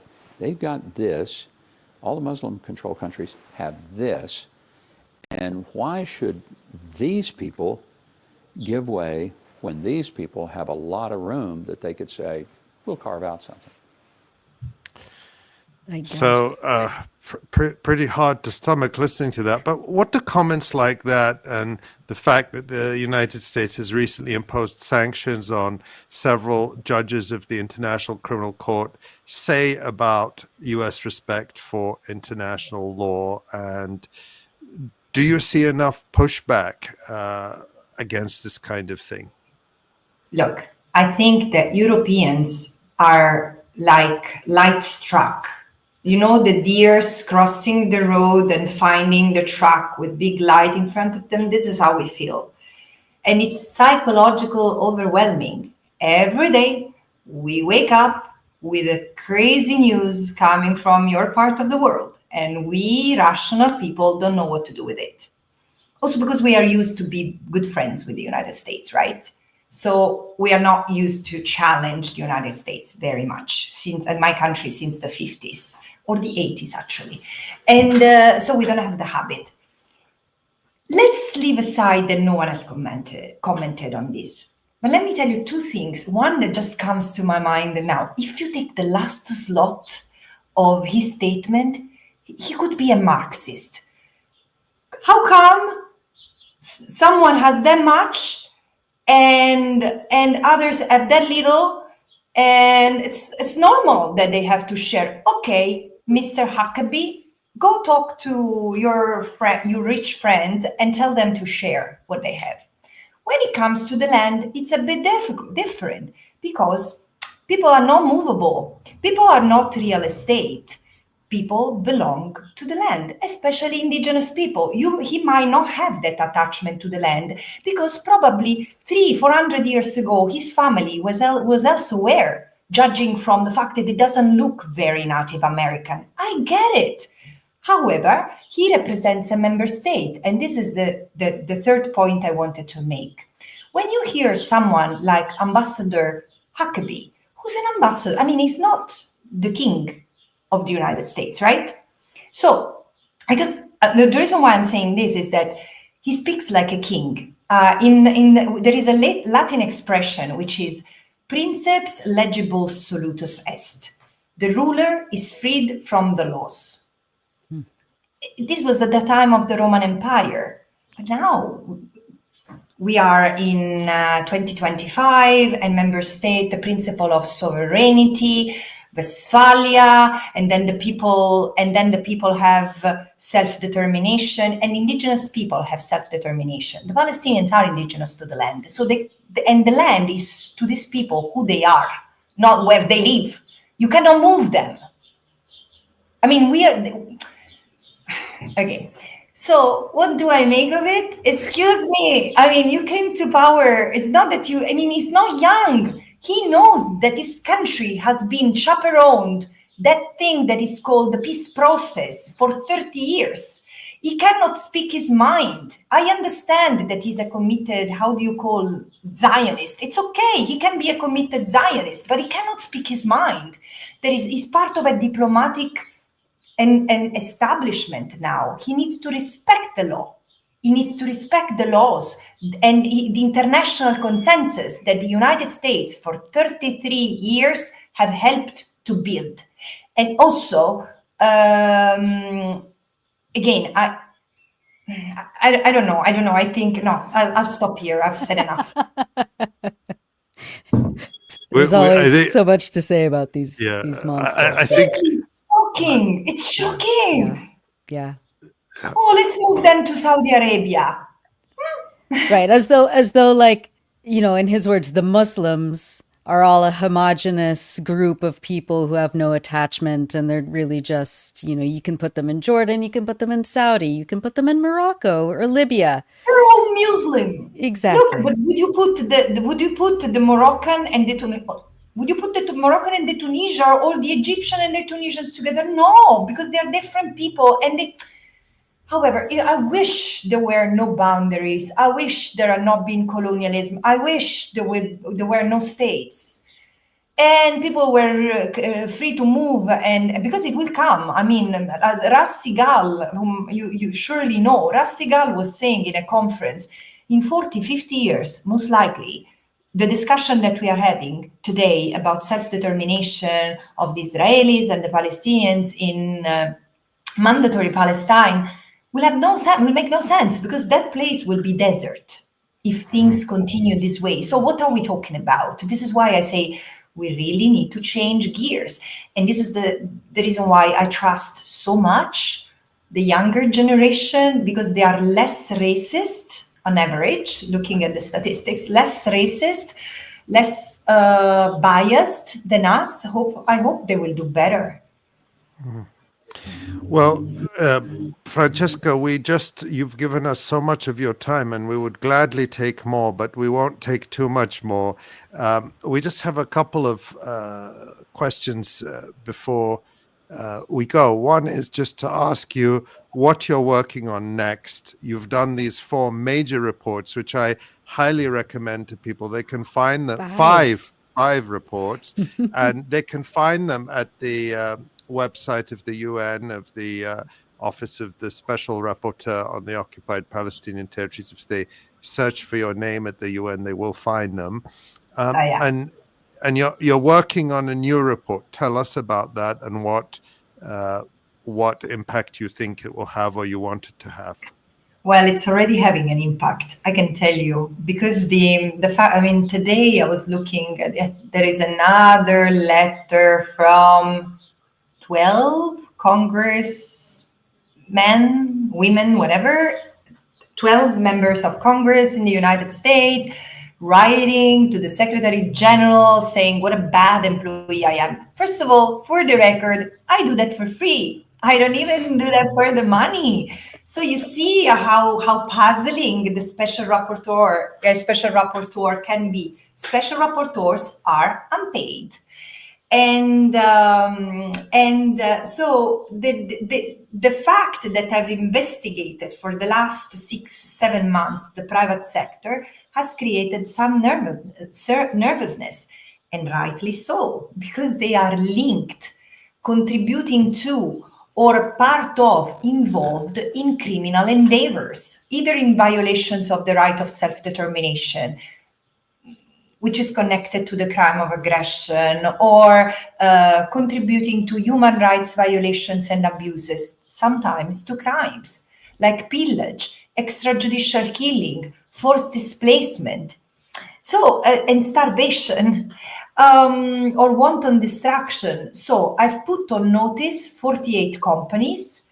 Some of them have gone direct, instead of responding to me, they've gone to the Ministry of Justice in the United States, who otherwise I don't know how you came to know about my report, saying, oh, you are investigating companies, it's nonsense, it's false. How do you know if you have not read my report? They could ask, the US administration could ask me to share the report in advance, and I would be the happiest to provide it to them, if they don't have it already. And the thing is that I have facts. I've observed the due process. I've put the companies on notice. I gave them an opportunity to reply. Some of them replied with threats. Some of them provided me with confirmation that they are participating in crimes. They didn't even, apparently, these big companies don't even have lawyers who can advise them on avoiding to self-incriminate. And then there are certain companies who are really nervous because their market is not in the war industry. So they are scared of their reputation. And this is probably the companies I respect. There is one in particular that I respect because it's really engaging with me. But I'm sorry, it is what it is, and it has been involved. And I think there has been an ideological involvement, and because it started after 1967. So, hey guys, I will be with you once you have divested. You need to divest from Israel. And it's not possible to separate what Israel does in Israel itself, in certain areas like water or the electricity and the occupation and the genocide, and plus now it's committing genocide. So this is what I've been working on, and this is what is causing me extra trouble. But as you can see, I continue to be in good shape, to have a lot of energies, because look, I've never been an activist, and probably I will never have the courage to be an activist, because it takes a lot of courage to be in the street. The only time I've been threatened with arrest, I mean, I was really freaking out. So I'm not that kind of person, but I'm principled, and I'm a serious human rights lawyer. And so I take things in my hands because this is a mandate that has been given to me by the United Nations. I take the United Nations very seriously. And so this is what I've done. And after this, after companies, I will investigate how states have been contributing, in fact, to this unlawful endeavor by not ending their ties with the occupation. So we can look forward to a report. Can you tell us how soon it might be published? Depending on the UN, but I guess in 10 days. Oh, wow. Okay, so we it will can be expect. presented. Sorry to interrupt you, but it will be presented in Geneva on the 3rd of July, and on the 3rd of July, I will also have a press conference. So I would love to have you connected for that. Absolutely, yeah. Well, so we're looking forward to that report detailing the involvement of private sector companies.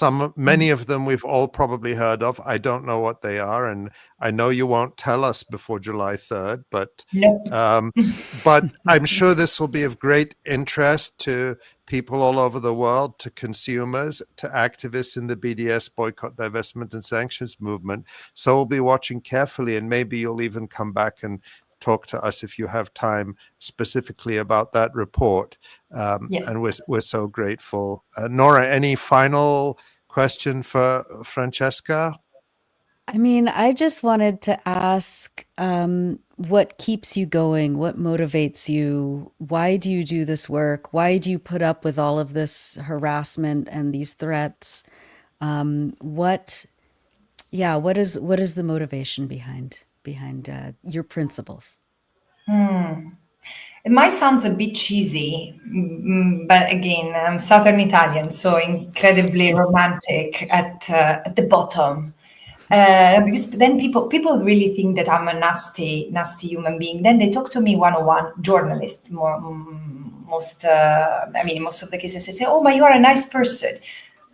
It's the same with me, by the way. People see how I am on social media, and they think I'm horrible, but they don't. So you are not really nasty.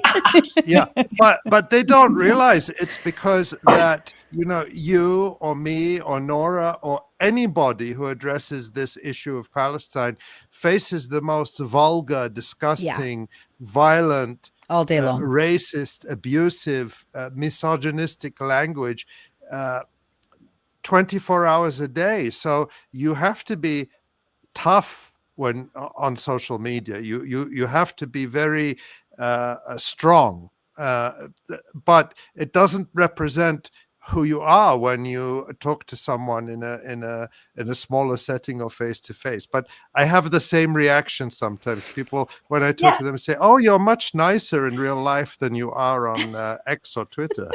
No, but this is why. Oh, can I say something? This is why I decided to write this year. Amid all this, I wrote a book. I just published a book in Italian, which is being translated in English. I have an American publisher, in fact. I'm so happy. And yesterday we were discussing and how to adapt certain things. And she said, "I really think you should have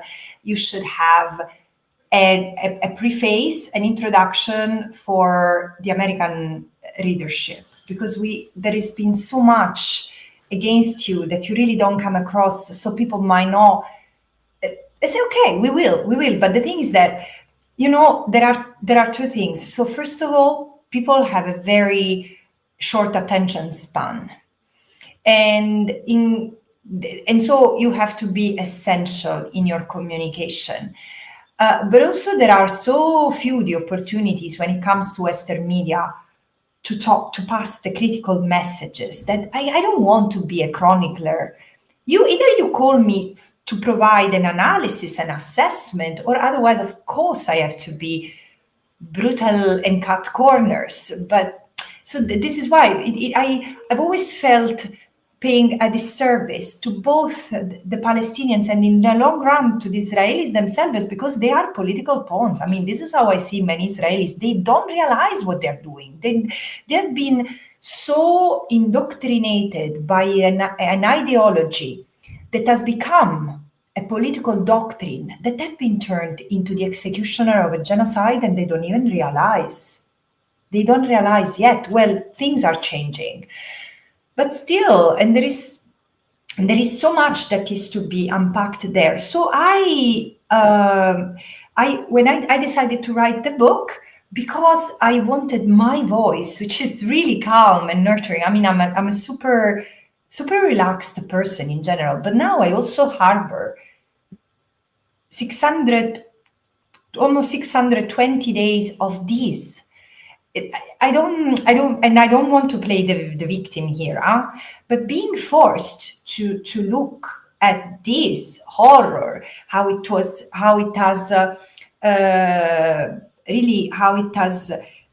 drained Gaza, to use an euphemism, but also who have been those turning Gaza into this.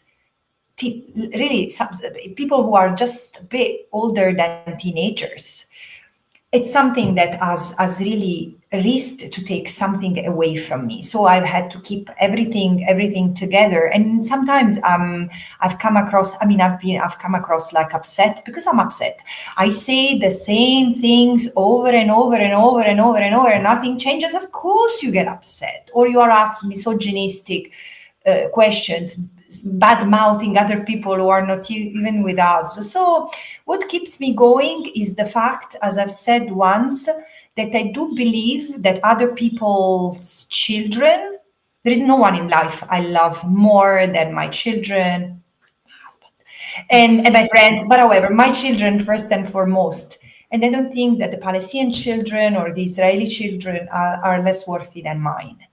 And they're caught into this trap because the apartheid is a trap for all of them. Although, of course, the Palestinians have no agency other than trying to defend themselves with all the tools at their disposal, being resistance or being legal avenues, trusting international law, advocacy, etc. They cannot choose.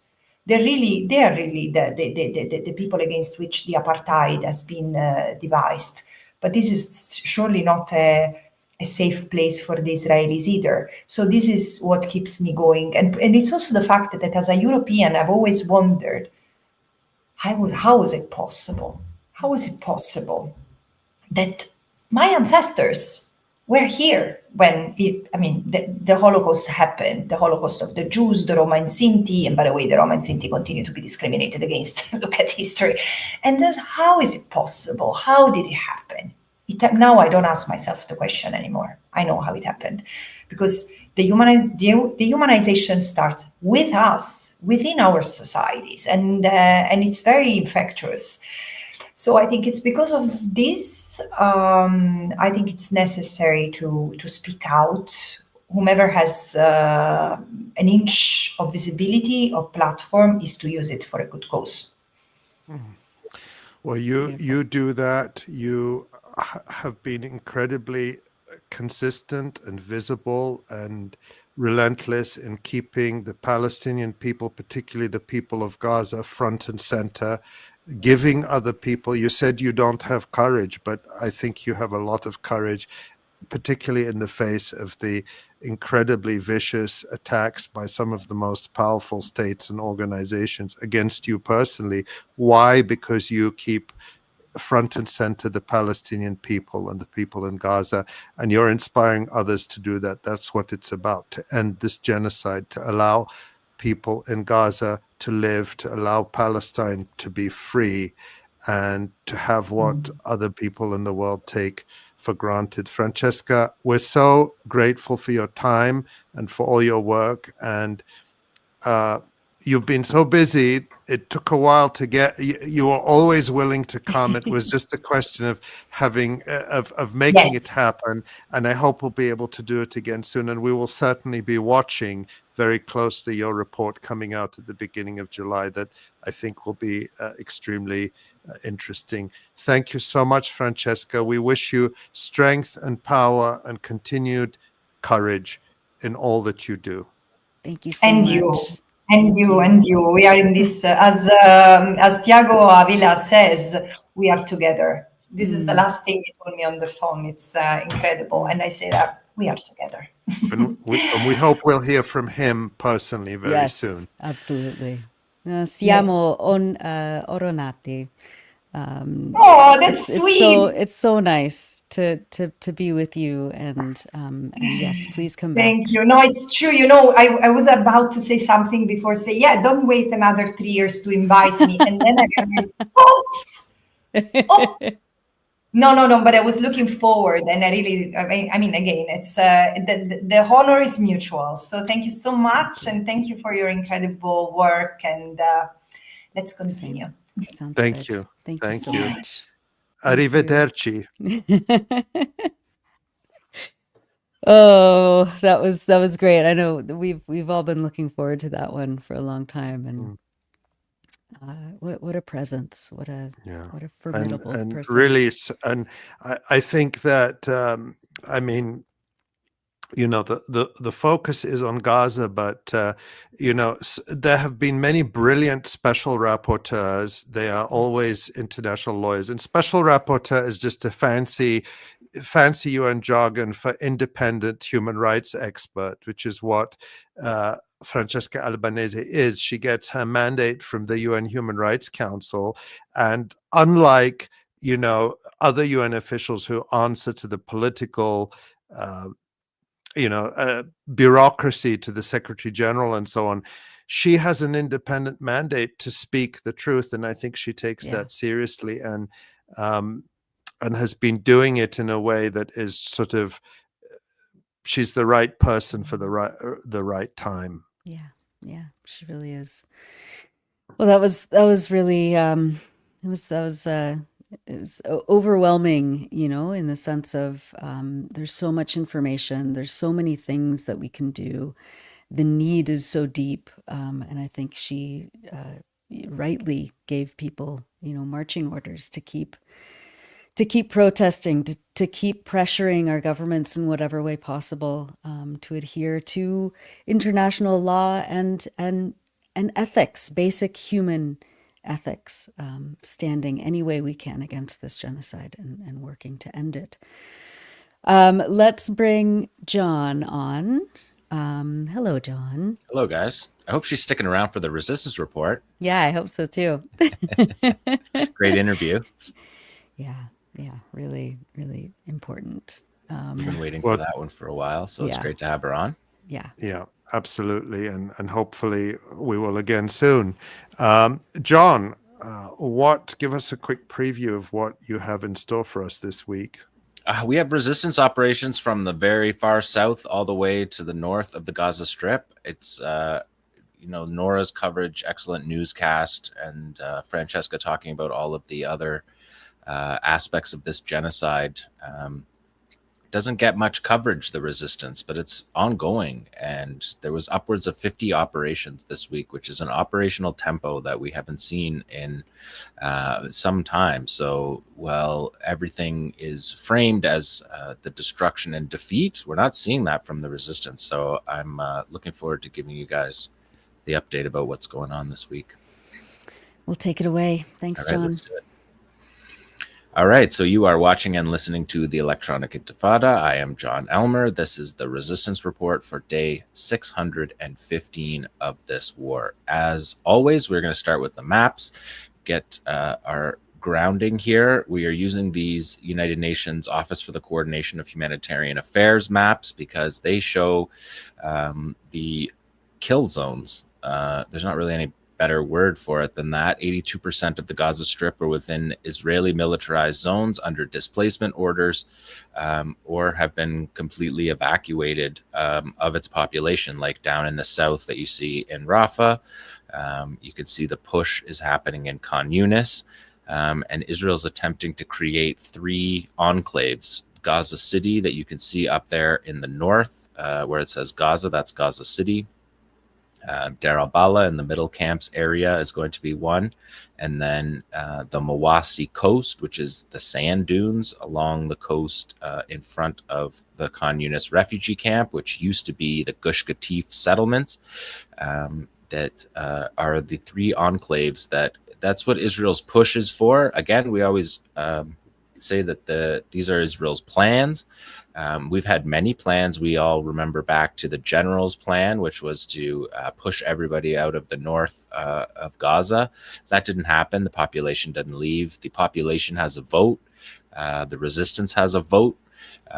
And they have thwarted these plans throughout the war. So we're just telling you what the Israelis are trying to do. We're not telling you the future, but the way that they are pushing the population. We'll show you some of the dispossession maps as we go through this report today. The goal is to push them into those 3 areas because those 3 areas allow for the rest of the Gaza Strip to be completely destroyed. In the past 3 weeks alone, 10,000 buildings in Gaza have been destroyed. That is the purpose of this stage of the genocide. The Israeli military, as I've been pointing out week after week, is not framing this stage of the operation as an operation against the Qassam brigades to dismantle the Qassam brigades. They're talking about territory and they're talking about destruction. So they want to move forward from the buffer zones, which is the purple, and they want to move into the orange and destroy from the outside in. And that's what they're doing. A report came, so they've dismantled the education system. We've watched that happen. They dismantled the medical system. They dismantled the industrial base of the Gaza Strip. They dismantled the commercial base of the Gaza Strip. A report came out just the other day from Kent State University talking about the ecocide, talking about crop and vegetation destruction, which is part of Gaza's sustainability. Indigenous sustainability under blockade now, this year 18 of the blockade. This vegetation land is the land that feeds Gaza through the blockade. And this Kent State report talks about vegetation damage of annual crops up to 98%, tree crops 94% destroyed, brushland 98%, and grassland 98%. And that is when the Israelis are pushing in from it's not a border, from the fence that demarcates the ghetto of Gaza. As Israel pushes through that territory, they're destroying all the farmland that kept Gaza sustained. And actually, just as a point on that, the Gush Katif settlement itself looked like a suburb in the United States. And when the Israeli military left the Gaza Strip because of the resistance of the Second Intifada, these suburbs were turned into cropland. So from the mythology of the Zionists saying they made the desert bloom, what the Gaza Strip did actually is make their settlements bloom. And that area has, of course, been destroyed all throughout the settlement areas that Israel left. All of that turned into cropland for the sustainability of the Gaza population. So by way of introduction to the resistance report, we like to frame this also just in terms of the destruction that's happening. If we take a look at the next map, I think I showed you this map last week. This is one of we don't show these Israeli maps very often because they're normally lies. But this one was actually pretty honest because it shows the blue is what the Israeli military has taken, which is the buffer zone. You can clearly see that along all the edges of Gaza. If you look at the far left of the map on the border with Egypt, you can see that that's Rafah, completely depopulated in the last stage of the war. And you can see that dotted line. That's the Moreg corridor that I told you about over a number of episodes. And you can see that they're pushing from the Moreg corridor between Khan Yunis and Rafah. They're pushing forward into Khan Yunis, but you can see how much of Khan Yunis the military does not have. So those UN maps show the kill zones, but that does not match with military control. And as we know, the Israelis have been lying about operational control since the beginning of this war. But according to military sources speaking to Channel 12 this week, the main goal of this stage of the operation is to turn Khan Yunis into another version of Rafah, which was completely destroyed with no homes or even the remains of homes left after its complete occupation of the Israelis. And that is what we are seeing in the effort to push through in Khan Yunis. If we take a look at this next map, you can see this is from satellite map from Israeli open source intelligence. So if we start by following the purple line, it's all in Hebrew, but I'll explain this map to you. You follow the purple line from the top, that's the sea. Egypt's on the left. You follow that purple line all the way down. You hit the green node, that's the Rafah crossing that was closed on May 7th, 2024, effectively isolating the Palestinians in Gaza. And then Kerem Shalom crossing is down on the bottom. That new brown patch, if you move over to the right a bit, that is Yasser Abu Shabab's gang's Israeli-backed enclave that he has set up under Israeli military auspices, and you can see where it's situated there. And his intention is to, that's also Looters Valley, not coincidentally, Looters Valley, because the trucks came in from Kerem Shalom, and his gangs would intercept the trucks, take with forklifts, take the aid, and jack up the price on the black market of aid with the help of the Israelis. Anytime security would interact with them, the Israelis would bomb the security. We've been watching this happen for virtually for the whole 20 months that this has been going on.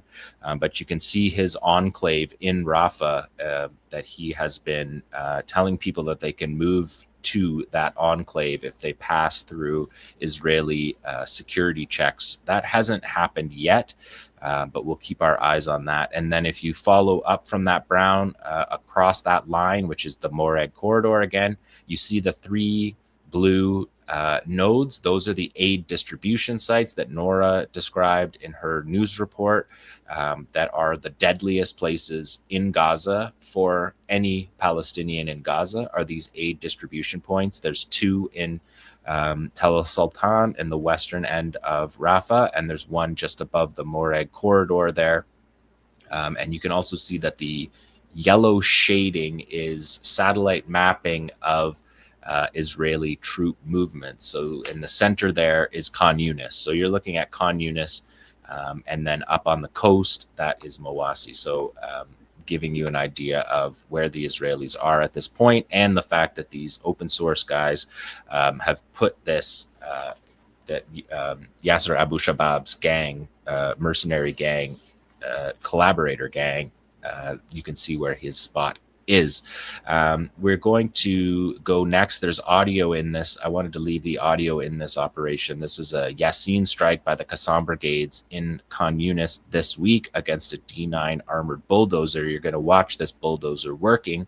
You're going to hear that this is a battle scene while they're working. The resistance is present within feet of the bulldozer, and you can watch him, the bulldozer, destroy the famous date palms of southern Gaza in this video that we will roll right now.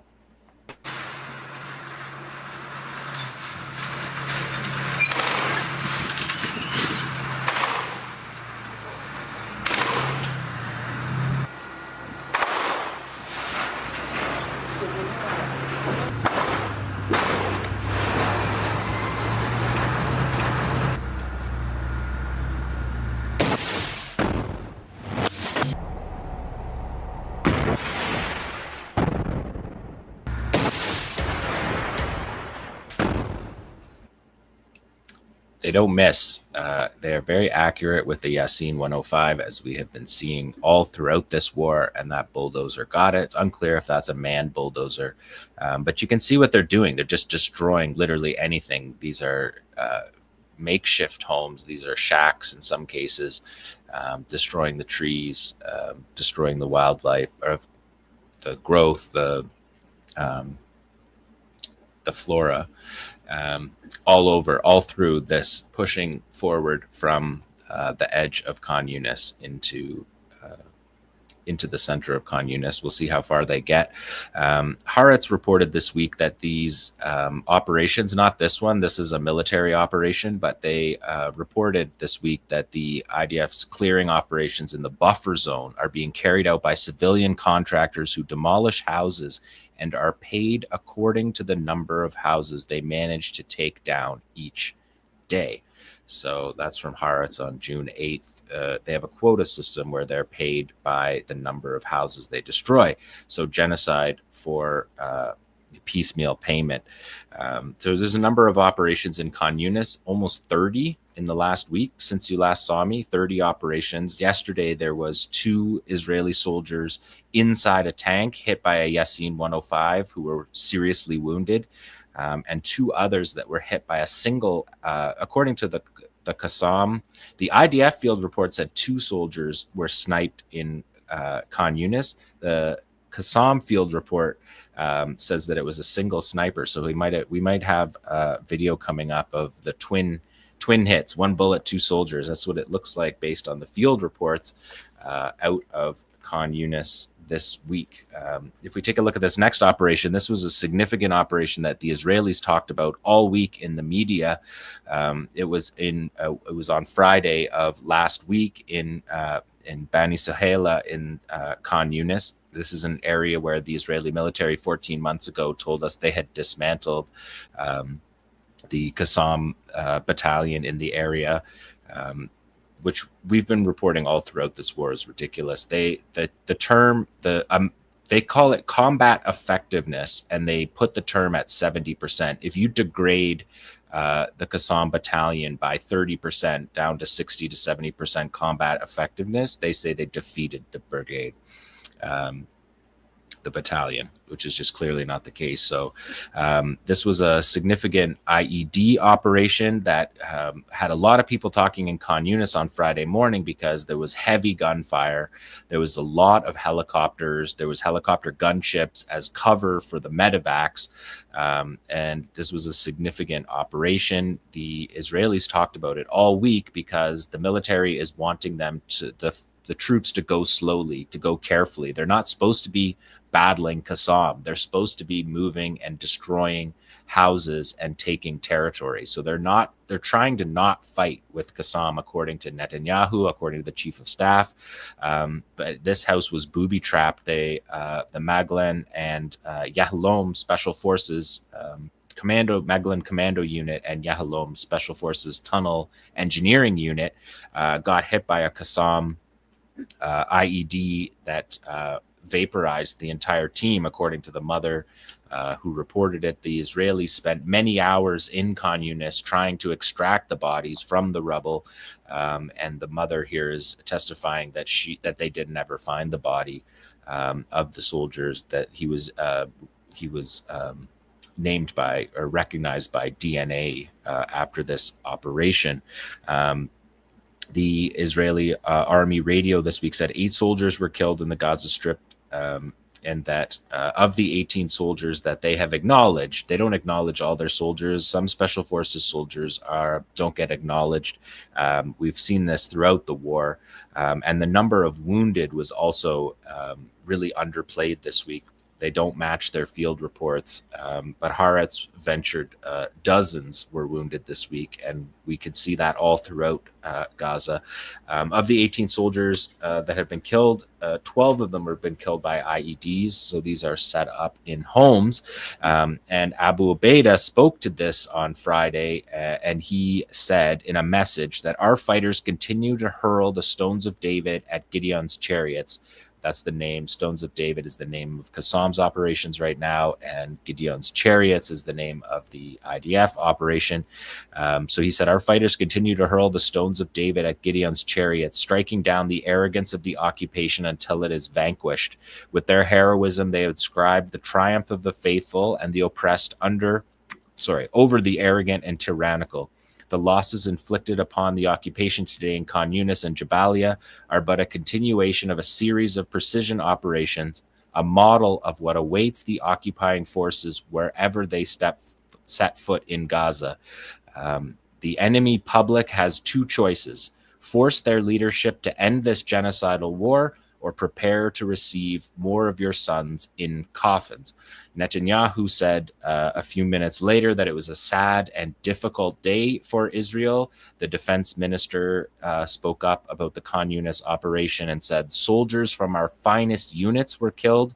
Haaretz said the dead and wounded were combatants in special elite reserve and conscript units specializing in operating behind enemy lines and in underground tunnels, Maglan and Yahlom units. And the IDF chief of staff came out on Friday ordering the tightening of operational procedures following the deadly operation in Bani Sahela in Khan Yunis, emphasizing a key directive for all forces operating in Gaza: advance as slowly as necessary to ensure troop safety and to prevent further casualties. So they're not trying to fight the resistance, they're just trying to destroy the Gaza Strip. And previously they had told us through lies that they were destroying the resistance. We know that that is not true, and now they're not even bothering to include that in their operational statements. So let's move from Khan Yunis, where there was 30 operations in Khan Yunis alone this week.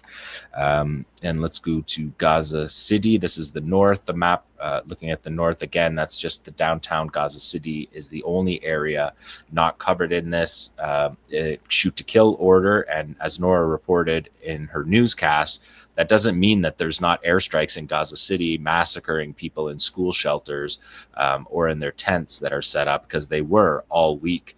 If we look at the next map, you can see the since 2023, you can see the erasure here of Gaza City from the far east to Shujaiya and Zaitoun, right down to the coast and to the Tel El Hawa and Ramal neighborhoods. These are the commercial core, the downtown core of Gaza.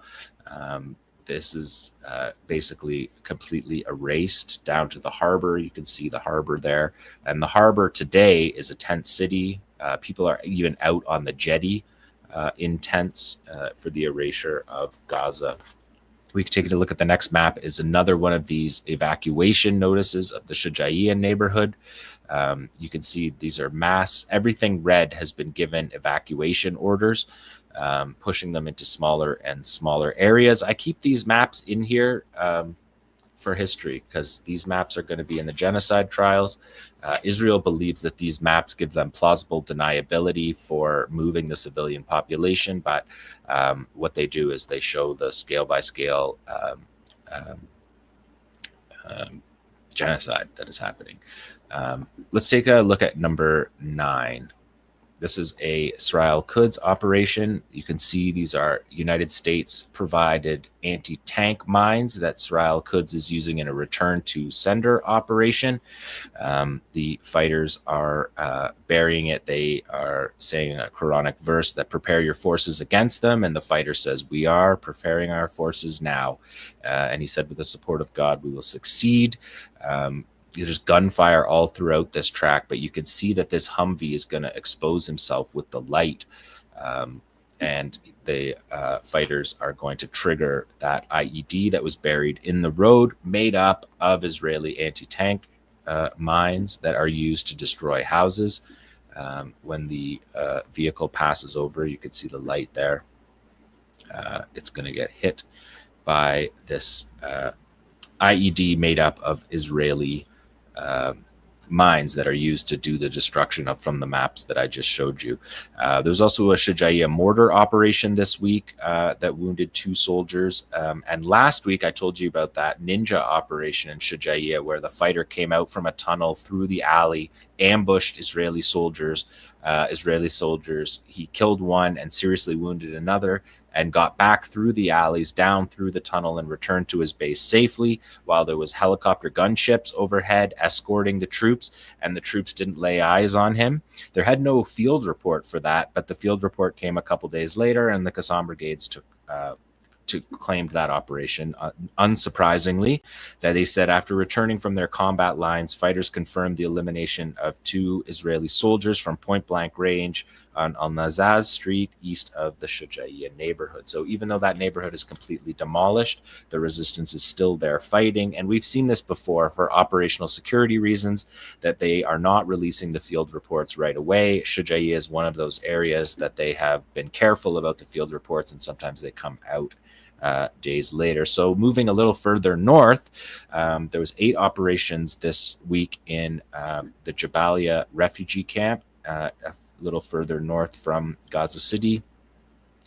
If we look at map 10A, we can see the evacuation here of the Jabalia camp and Atara and the areas in the northwest, pushing people down into that small enclave that is Gaza City. And if we take a look at the next slide is another return to sender operation in the Jabalia camp. These with 155 shells. These are the 155 millimeter shells that the Americans give to the Israelis. And you can see when these shells don't detonate, it's usually the reason why is the fuse breaks off. So these fighters are using plastic explosives here and rewiring these shells that rain down on Gaza by the hundreds of thousands. I report on the number of airstrikes because the Israeli military tells us the number of airstrikes, but the number of 155 shells that are fired into Gaza is measured in the hundreds of thousands. By the end of October, by the first ceasefire in November, they had fired more than 100,000 of these shells. So we're talking about like in 5 weeks. They rain these shells down on civilians in Gaza. These are provided by the Americans. And you can see that's just one of 4 IEDs that is prepared for this group. We can see we've blurred out these soldiers here to match with YouTube guidelines. But these soldiers are appear to be moving into this building that we just saw that booby trap setup. 𝐓𝐡𝐞 Islamic Jihad is showing us here which room in the building it is, and you'll see a very effective detonation of those American weapons that the Israelis leave behind. So return to sender operations all through the theme of this week. The Israelis also reported on a drone operation in Jabalia at the end of last week. A Qassam drone dropped an explosive grenade on a fighting force in Jabalia. In the city of Jabalia, which is just south of Jabalia camp. 2 IDF soldiers from the Nahalom unit and 1 Shabak intelligence operative were seriously wounded in that grenade drop. And there you see on the screen right now, you're seeing the pressure plate detonator that they are setting up to trigger. So once you put the weight down, the electric shock triggers the wiring in the explosives, and these are explosively formed penetrators that are being buried here. So you're seeing the 155 shells being used, you're seeing explosively formed penetrators here being buried. So there's at least 4 different IEDs in this attack, which explains, going back to the Khan Yunis attack, why the destruction of the buildings is often so total that the Israelis can't even find their soldiers. And Soldier Tom's mom said that he was vaporized in that operation. So this is these return to sender operations. There's no end to these because the amount of ordnance dropped on Gaza is providing the next generation of these resistance tools. We're seeing this from 3 different cameras from 𝐓𝐡𝐞 showing us this operation. And just all these videos, it's just look at the total destruction all through all of these videos. It's the theme that runs through them. The next one is another return to sender with a Thaqib EFP. This is a 𝐓𝐡𝐞's version of the Shawad explosively formed penetrator. These are devastating weapons that you can ask any soldier who served in Iraq about these weapons. They're devastating. And of course, you can ask any Israeli soldier as well, because the Shawad has devastated a number of tanks. Throughout this war, we've shown you these videos. So you can see these fighters moving the Shawad into place. And there's the pressure plate. And because there's so much destruction, he can just take this pressure plate and throw it in the middle of the road. Normally, we see them bury it. But because there's so much destruction around there, he doesn't need to. And you see the EFP there right on the side of the road. So the pressure plate is on the road. Here comes the Namr troop carrier, which you can see the flag that was flying on it from the previous surveillance. He's going to drive over that pressure plate and detonate the EFP. This is one of 5 qualitative operations in Beit Lahia this week. So a number of operations carried on, even though the Israelis are trying to avoid the resistance. They're getting it every time. And this next one, number 12, this is interesting because we don't get this very often. This is the view from an Israeli camera. You can see the fighter there take the Shawad. This is a 𝐓𝐡𝐞 fighter planting the Shawad behind the back door of the tank. You're going to get another view of it, but you can see him setting it there. This is from an Israeli camera. This is from their camera. It was released this week through their channels. A devastating hit. We're going to give you another shot to see it here. You see him run. That's the back door, the weakest point of the Merkava, and the area where the cabin is, where there's infantry soldiers in the cabin, and a devastating hit there. And then we have cropped it just so you can see, get a better shot of the closer up versions of it in these next two slides. So you see him there. You can see the 𝐓𝐡𝐞 fighter carrying the Shawad, and you can see the distance he's putting it, optimal distance from the door to allow the EFP, the explosively formed penetrator, to fully form before it blasts through the door on top of the blast wave, which goes into the cabin and rattles the cabin on top of the piercing metal dart that goes flying into the cabin. And then we can see here a more cropped vision. This is the same video, just cropped, so you can see the fighter close up here. Hand delivered. So we've seen these throughout the war, but we usually see them from the helmet cam, from the head cam of the 𝐓𝐡𝐞 fighters. That this is from the Israelis. This was in, they said it was in the northwest. I think this is in Jabalia camp. There was some claim that it was in Beit Lahia, but they're beside each other. But I think that this is probably the Jabalia camp battalion. So a pretty remarkable operation to see it from the Israeli camera there. Not as good a camera as the 𝐓𝐡𝐞 and 𝐓𝐴 cameras, but what you can see from the Israel, you can see the Israelis sitting in this operations room watching this this video. So another significant operation in Beit Lahia in the northwest of Gaza. In the next one, you could see, just wanted to bring you some PFLP Abu Ali Mustafa brigades still in the battle. They're in the battle every week. They're just firing off these rocket artillery. You can see on the sign there that it says the date, June 7th, and that's the Eid date. And so it says our Eid is resistance.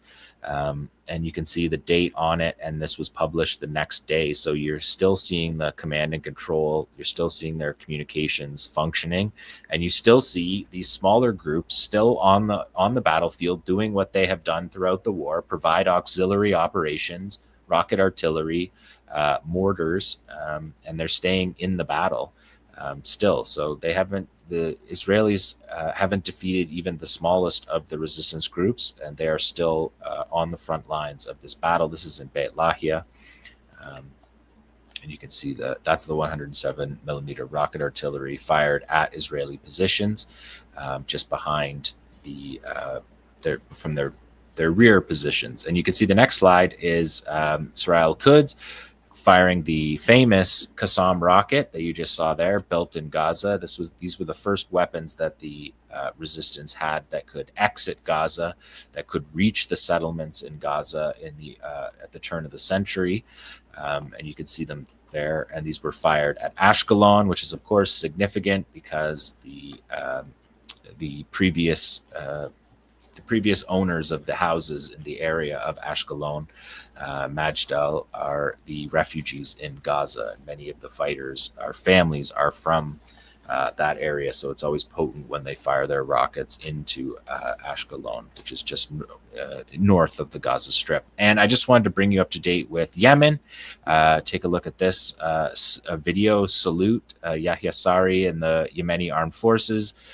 Made a little sizzle reel here of a bunch of 𝐓𝐴 𝐤𝐿 operations. Yahya Sari says the Yemeni armed forces continue to follow closely the developments of the battle in Gaza and stand in reverence and respect for its sacrifices and its steadfast and free sons. And you can see the calligraphy in the bottom right there. The calligraphy says, even if the entire world lets you down, they will not, is the implication. And they show here, these are the 𝐓𝐡𝐞 and Soraya hugging during the prisoner exchange. That was the operation against Yasser Abu Shabab's people. That's 𝐄𝐥𝐿 𝐈𝐧𝐭𝐫𝐿, that's martyred leaders, 𝐓𝐡𝐿 𝐄𝐥𝐿, Hania, and Rafa Salamet from the Rafa Brigade, or Khan Yunis Brigade, sorry. And these are the demos, and the demos, Abdul Malik al-Houthi spoke this week and said that there had been 1,060 demos in Yemen. And he also pointed out that there was 11 ballistic missile attacks on Israel as part of its aerial blockade happened in just this past week. Just everything is just since you last saw me. But I wanted to bring in the Yemen front because they are continuing to support the resistance in Gaza, and they say even if the entire world lets you down, they will not. They will stick with Gaza until the siege is broken and the war is over. But the key is the siege is broken, because they understand this conflict so well that they know that the siege is what has to break for Gaza to be free. So that is the resistance report for day 615. Hi, John. Well, thank you again. Nora will hopefully be back in momentarily. She had a slight connection difficulty that we're trying to resolve. But in the meantime, John, let's talk about, what you just showed us is this incredible increase in the tempo of operations. The operations by the resistance seem to be as qualitative and, if anything, even more devastating than what we saw at the beginning of the war. If you were an Israeli general in Hakiria, the Israeli defense complex in the middle of the civilian neighborhoods in Tel Aviv right now, looking at this information coming out of Gaza, looking at these videos, looking at the field reports from the Israeli commanders, how would you be assessing the strength of the resistance? What would you be telling the political leadership?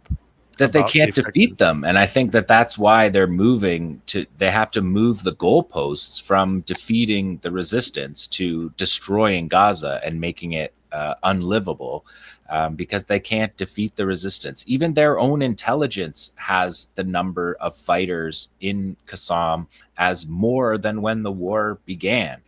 And I think that trajectory, when you look at the destruction and the wanton cruelty that Israel has defined this genocide with, you have an entire generation of people who are going to want to fight.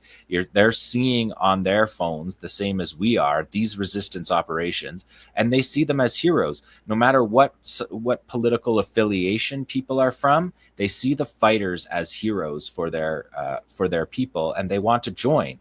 And I think that that's the situation that is never going to change. That is the permanent condition that Israel has imposed, and the ability for the Qassam brigades to build up an army to the point where they can take heavy losses. They have taken losses. They've taken significant losses. The Israelis have taken significant losses. The war is costly on both sides. It's costly on civilians. But the ability to regenerate their leadership and to fill roles that are taken by leaders that had been assassinated. Their top leadership was assassinated in the summer of last year. They have fought through this entire time without those senior leaders that Israel is, brags about killing. But if you are a general looking at that, you would have to say that the assassination of this leadership has done nothing to change the course of the war in Israel's favor. These fighters are teaching each other how to carry out these operations. And it's really remarkable. We didn't know how long, nobody in the world knew how long these fighters would be able to fight. I can remember back a year ago wondering how much ammo do they have? Like how long can these operations go on? And they've just shown us that they have built resilient systems and are integrating even the destruction. They've lost a lot of their they've lost a portion of their infrastructure, their material manufacturing facilities, but they haven't lost them all, because we're seeing in each of these operations, we're seeing the weapon that should be used, what the Palestinians call appropriate weapons, are being used in these operations. So it's not like they're grabbing whatever they have. They're rigging up these buildings more and more sophisticated. It's vexing the Israelis because they're burying the IEDs in the wall and then covering them over. The Israeli the Israeli commandos that were attacked in Khan Yunis, they've been talking all week about how they did everything they could. They did everything they were supposed to do. They came in with airstrikes first. They came in with artillery next, tank shelling the third. Then they came in with their drones. Then they came in with their dogs. Their dogs are not effective because there's so much explosive residue from the previous operations that I mentioned, that their dogs are useless. And so the Israeli soldiers are going into these buildings and confronting fighters that are detonating these explosives on them in ways that have improved as the war has gone on, which makes sense because the fighters that are alive are the fighters that are that carry the most knowledge with them, and they're sharing that knowledge and able to carry out these operations at this tempo. I think it's they're not going to defeat the Palestinian resistance, and the political allow the population of Gaza to have a chance to recover. And I think if it wasn't for that, Israel would have run over the entire area. It's the resistance that is impeding the genocide. And has impeded every Israeli plan for Gaza, because had things gone Israel's way, Gaza would have been emptied by now, and Donald Trump would already be reviewing blueprints for casinos and resorts. So it's clear that on the ground, the resistance is what is the main factor in holding Israel back. And the political impact of this in Israel is that the society is increasingly fractured. This week we saw a vote on dissolving the Knesset, which the government of Benjamin Netanyahu survived by, I guess, by 2 votes. They got 61, but that was because they'd come to some sort of partial compromise with the Haredi ultra-Orthodox parties over a bill to forcibly draft young Haredi men into the army, something that has never been done in the history of Israel. And you have this fundamental fracture in Israeli society, that you have the more secular side of Israeli society, which provides the soldiers that are going to Gaza and being killed and being maimed or coming back mentally traumatized. And they feel that they're carrying the burden of a war for all these people who are not paying the price. So politically, it's untenable. You have this society that has paid a high price in Israeli terms for the war, while you have this large part of the society that's not paying. And that's a fundamental and deepening political divide in Israel. But what drives it is the resistance on the ground. Well, and the absence of soldiers, because of the massive numbers of killed and wounded and mentally wounded who are unable to continue to fight, the exhaustion. They need to replace the 15,000 soldiers, and there's nowhere else to get those soldiers than from these religious from the religious movements that are protected by Benjamin Netanyahu's government. So there you see the sort of tension, is that Netanyahu, who's fighting this war and needs this war to be reelected, has to protect the Orthodox extremists in his government who don't want their people to be part of this war. So that's the tension. I don't know that there's going to be I don't know if there's a political outlet for this war right now, even if the government were to collapse. I believe if the government does collapse, that the elections are still not until October. And so in terms of the genocide, in terms of our friends that we're talking every day, trying to imagine how they're going to survive one more day, there's not going to be a reprieve coming from the Israeli body politic anytime soon.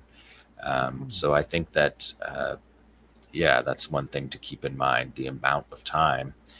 Netanyahu also wins these elections when they have them, right? I think it's 6 governments that have fallen apart during his leadership, and he manages in these elections to put together another coalition. So it doesn't seem to me that the Israeli civil society body politic Knesset has the answer to ending this war from where I sit. Yeah, I agree with that, but it's more about you don't have a society united behind the war, which is certainly not, which is what you need to pay this high price. Unfortunately, we're still having a problem connecting back to Nora. There seems to be a technical issue that is preventing her from rejoining, and we hope she can rejoin before the end of the show, but we'll try to keep it going, not as elegantly and smoothly as Nora does, but we'll do our best. I think we just had a couple of things we wanted to touch on briefly that had happened in the news, and there may be other things that Asa and John, you want to bring up. But one thing I really wanted to take note of was Mahmoud Khalil's legal victory. This is a really landmark ruling by a federal court that his detention is illegal, unconstitutional, that the grounds that the Trump administration has put forward for detaining this student leader and trying to deport him and deprive him of his permanent residency are totally unconstitutional and inadmissible. And the judge ruled that the other pretext, which the Trump administration put forward, that there were irregularities in his permanent residency application, were also basically bogus. The court ordered that he be released by tomorrow. That could be delayed if the government goes ahead and appeals, but hopefully such a delay would be very brief. And I'm not, disclaimer, I'm not a lawyer, but I would be very surprised if a federal appeals court would reverse this ruling at this point. But the Trump administration is so lawless, and this is such a defeat and embarrassment for them that I don't think any of us can really say with absolute confidence that they will abide by the court orders, although in other cases they have been doing so. Mohsen Mahdawi, another Columbia student, people will recall, was released recently. But nonetheless, this is an enormous legal victory, first and foremost for Mahmoud and his wife Noor and their baby son Dean, but it's also precedent setting, and it will protect the rights of millions of non-citizens in the United States who faced a future where they had no more First Amendment right to speak out. So that's really important. Any thoughts on that, Asa, John? I don't. I watched the United States with shock and horror of what is going on under this government. I'm glad he's free, or on the road to being free. Yeah, and it comes after last week's news from Asa about his legal victory, which was another legal victory for free speech, for journalism. So I think this underscores the importance of fighting back. If you remember the sense of shock, awe, which we were all supposed to have, despair, fear that the arrest of Mahmoud Khalil and the crackdown on so many others afterwards instilled in so many people, it was supposed to generate despair. But what we're seeing now is that fighting back matters, solidarity matters, and even if this government is willing to abuse its power, as it is across the country, we see these horrific so-called immigration raids, which are really, I don't know, I see them more as racial pogroms or racial lynching by the government. And yet at the same time, people are pushing back, they're protesting, they're protecting each other, and the importance of solidarity can never be underestimated. Yeah, I think that it does show the importance of fighting back, and it shows as devastating as these repression campaigns can be, and the very serious consequences they have for people like Mahmoud Khalil and his family. These things get out of control of the authorities, and they can cause a big backlash. And we've been seeing that with all the movements to support him and the others who have been arbitrarily detained. And on a different in a different context, I saw a massive wave of support for me and the other people who have been raided in this way in the UK. Yeah. Well, it looks like there is a local outage where Nora is, and we may not get her back before the end of the show, which that's a shame. Yeah. Which is a shame, and maybe we will, but perhaps we won't. So we will move forward, and we'll try to do it in the spirit of Nora. So why don't we take a look at the website? Of course, while we have so much information on this stream, we also have so many amazing articles and reportage from our colleagues in Gaza and from many other people around the world. The story there on the front panel, the big splash, is a really interesting piece by Bryce Green, who's a student organizer and media analyst. He often writes for fairness and accuracy in reporting, and I find his analysis of the US media to be absolutely brilliant. But in this piece, he looks at an issue that we've talked about, and you've talked about in particular, Asa, which is Zionist on Zionist war crimes. And he actually, people will remember that incident back in February where an Israeli, Mordechai Brachman, shot an American, Mordechai Brachman, shot at several Israeli tourists after mistaking them for Palestinians. And I think there was actually another incident like that. But he looks at that really interestingly in the context of the Hannibal directive as well. So that's a really fascinating analytical piece. Yeah, I fact-checked this one, and Bryce gives a really interesting analysis. The headline was based on his idea, really, and he's kind of really drawing these parallels of the kind of... he's really interrogating the question of what psychology within Israeli society and within the ideology of Zionism leads to this phenomenon, and because it is kind of a phenomenon, and in terms of the Hannibal directive, in terms of these incidents which have happened outside the context of the Hannibal directive as well, and even as you mentioned, that incident in the United States, Ali, and he's really drawing these parallels with he's saying, I can't speak for him. Actually, we should get him back on the show again. It would be great to have Bryce back on the show. That's a great idea. He's laying out the fact that there is a real phenomenon of Zionist on Zionist crime and Zionist on Zionist war crimes against the sort of fake concept, racist concept of black on black crime in the United States.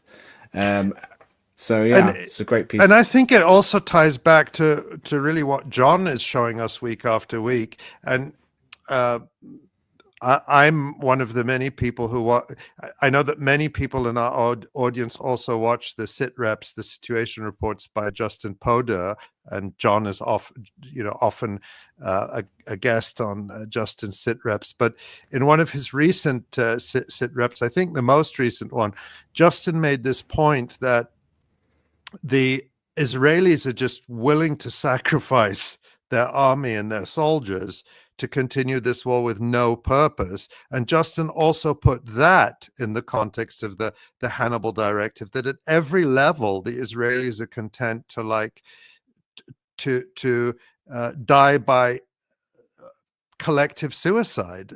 Yeah, I mean, it seems sometimes like the Israelis would be like willing to see the world burn to defend Zionism. I mean, we're kind of seeing a phenomenon in the West of the West dismantling its own institutions in order to defend.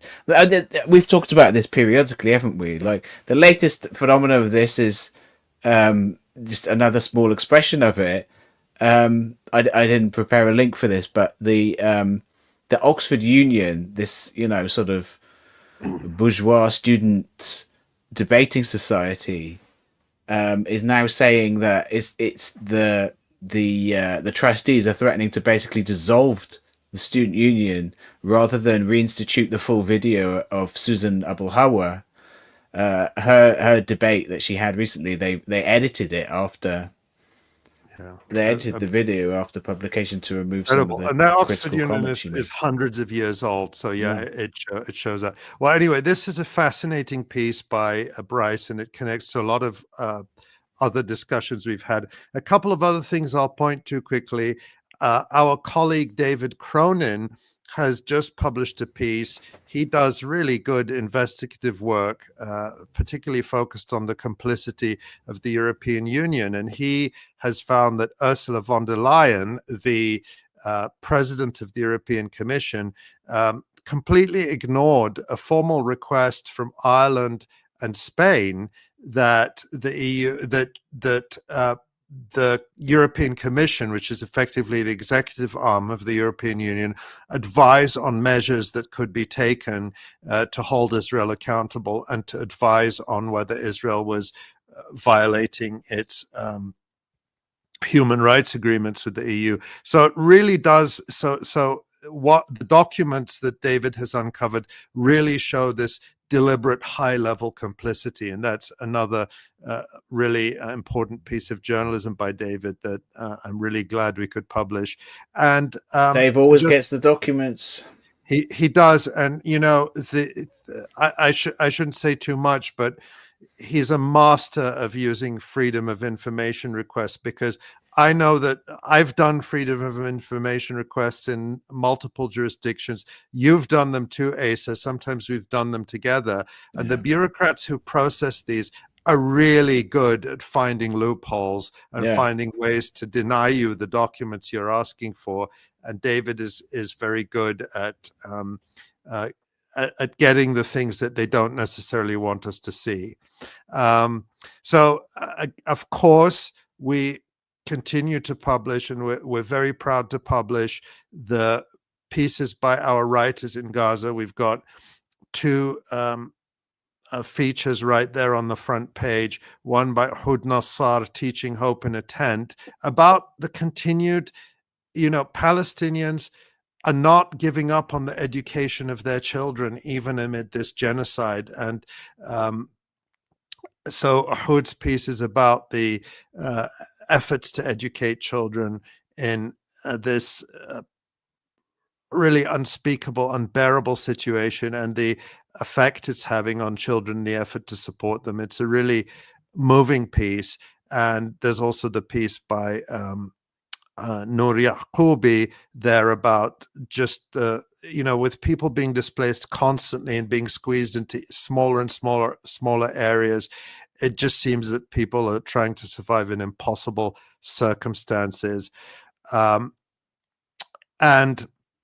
I think it's all the more important to share and amplify these pieces, share them with friends and family, post them on social media while this blackout continues in Gaza.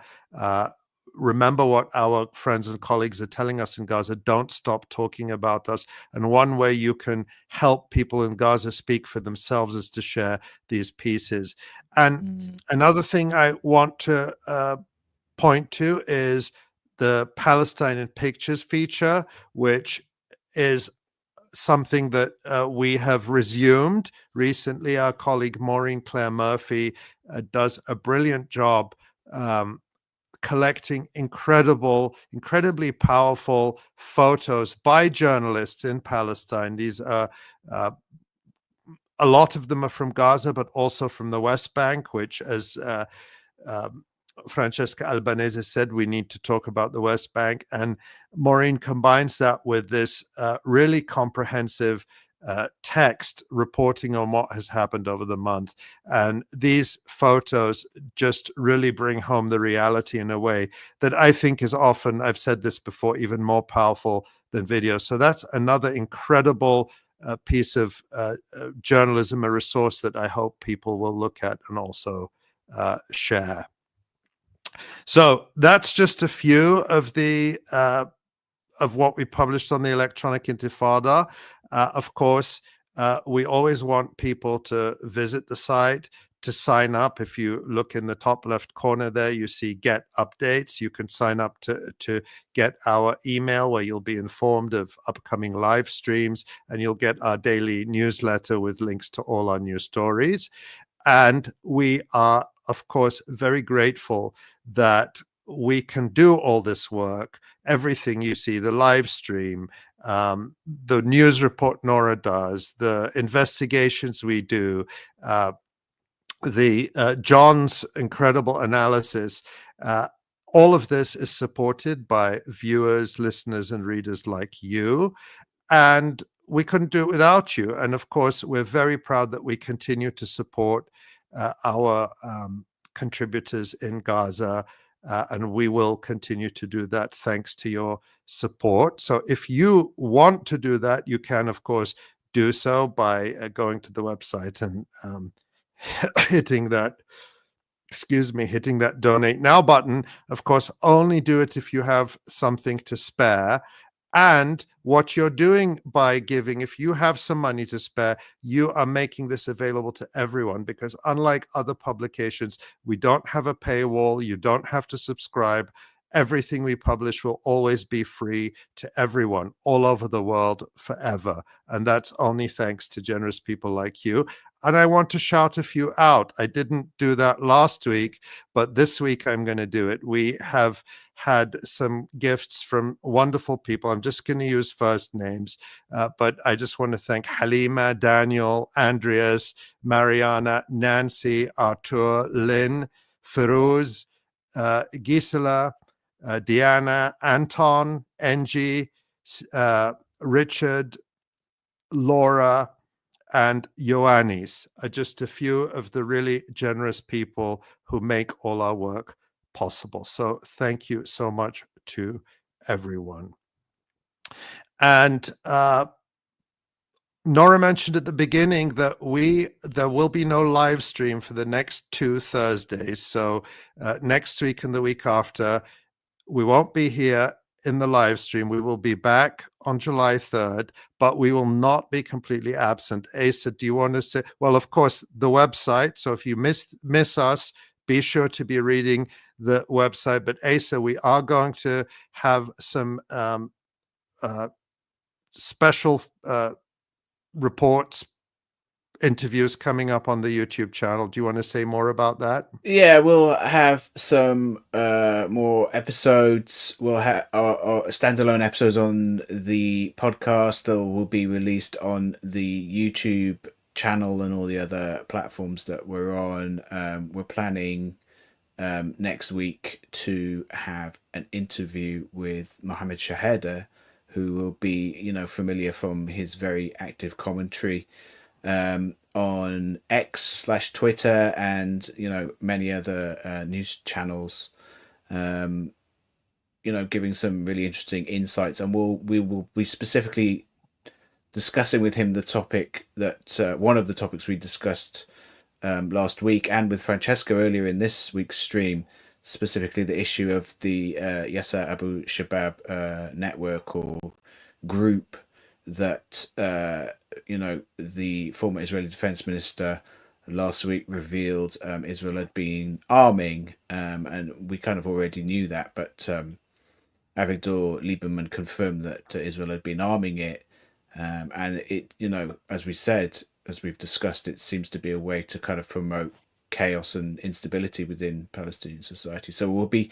and Mohammed has written a new article about that, and we'll be diving into that and then the week after, I believe we'll also have something else.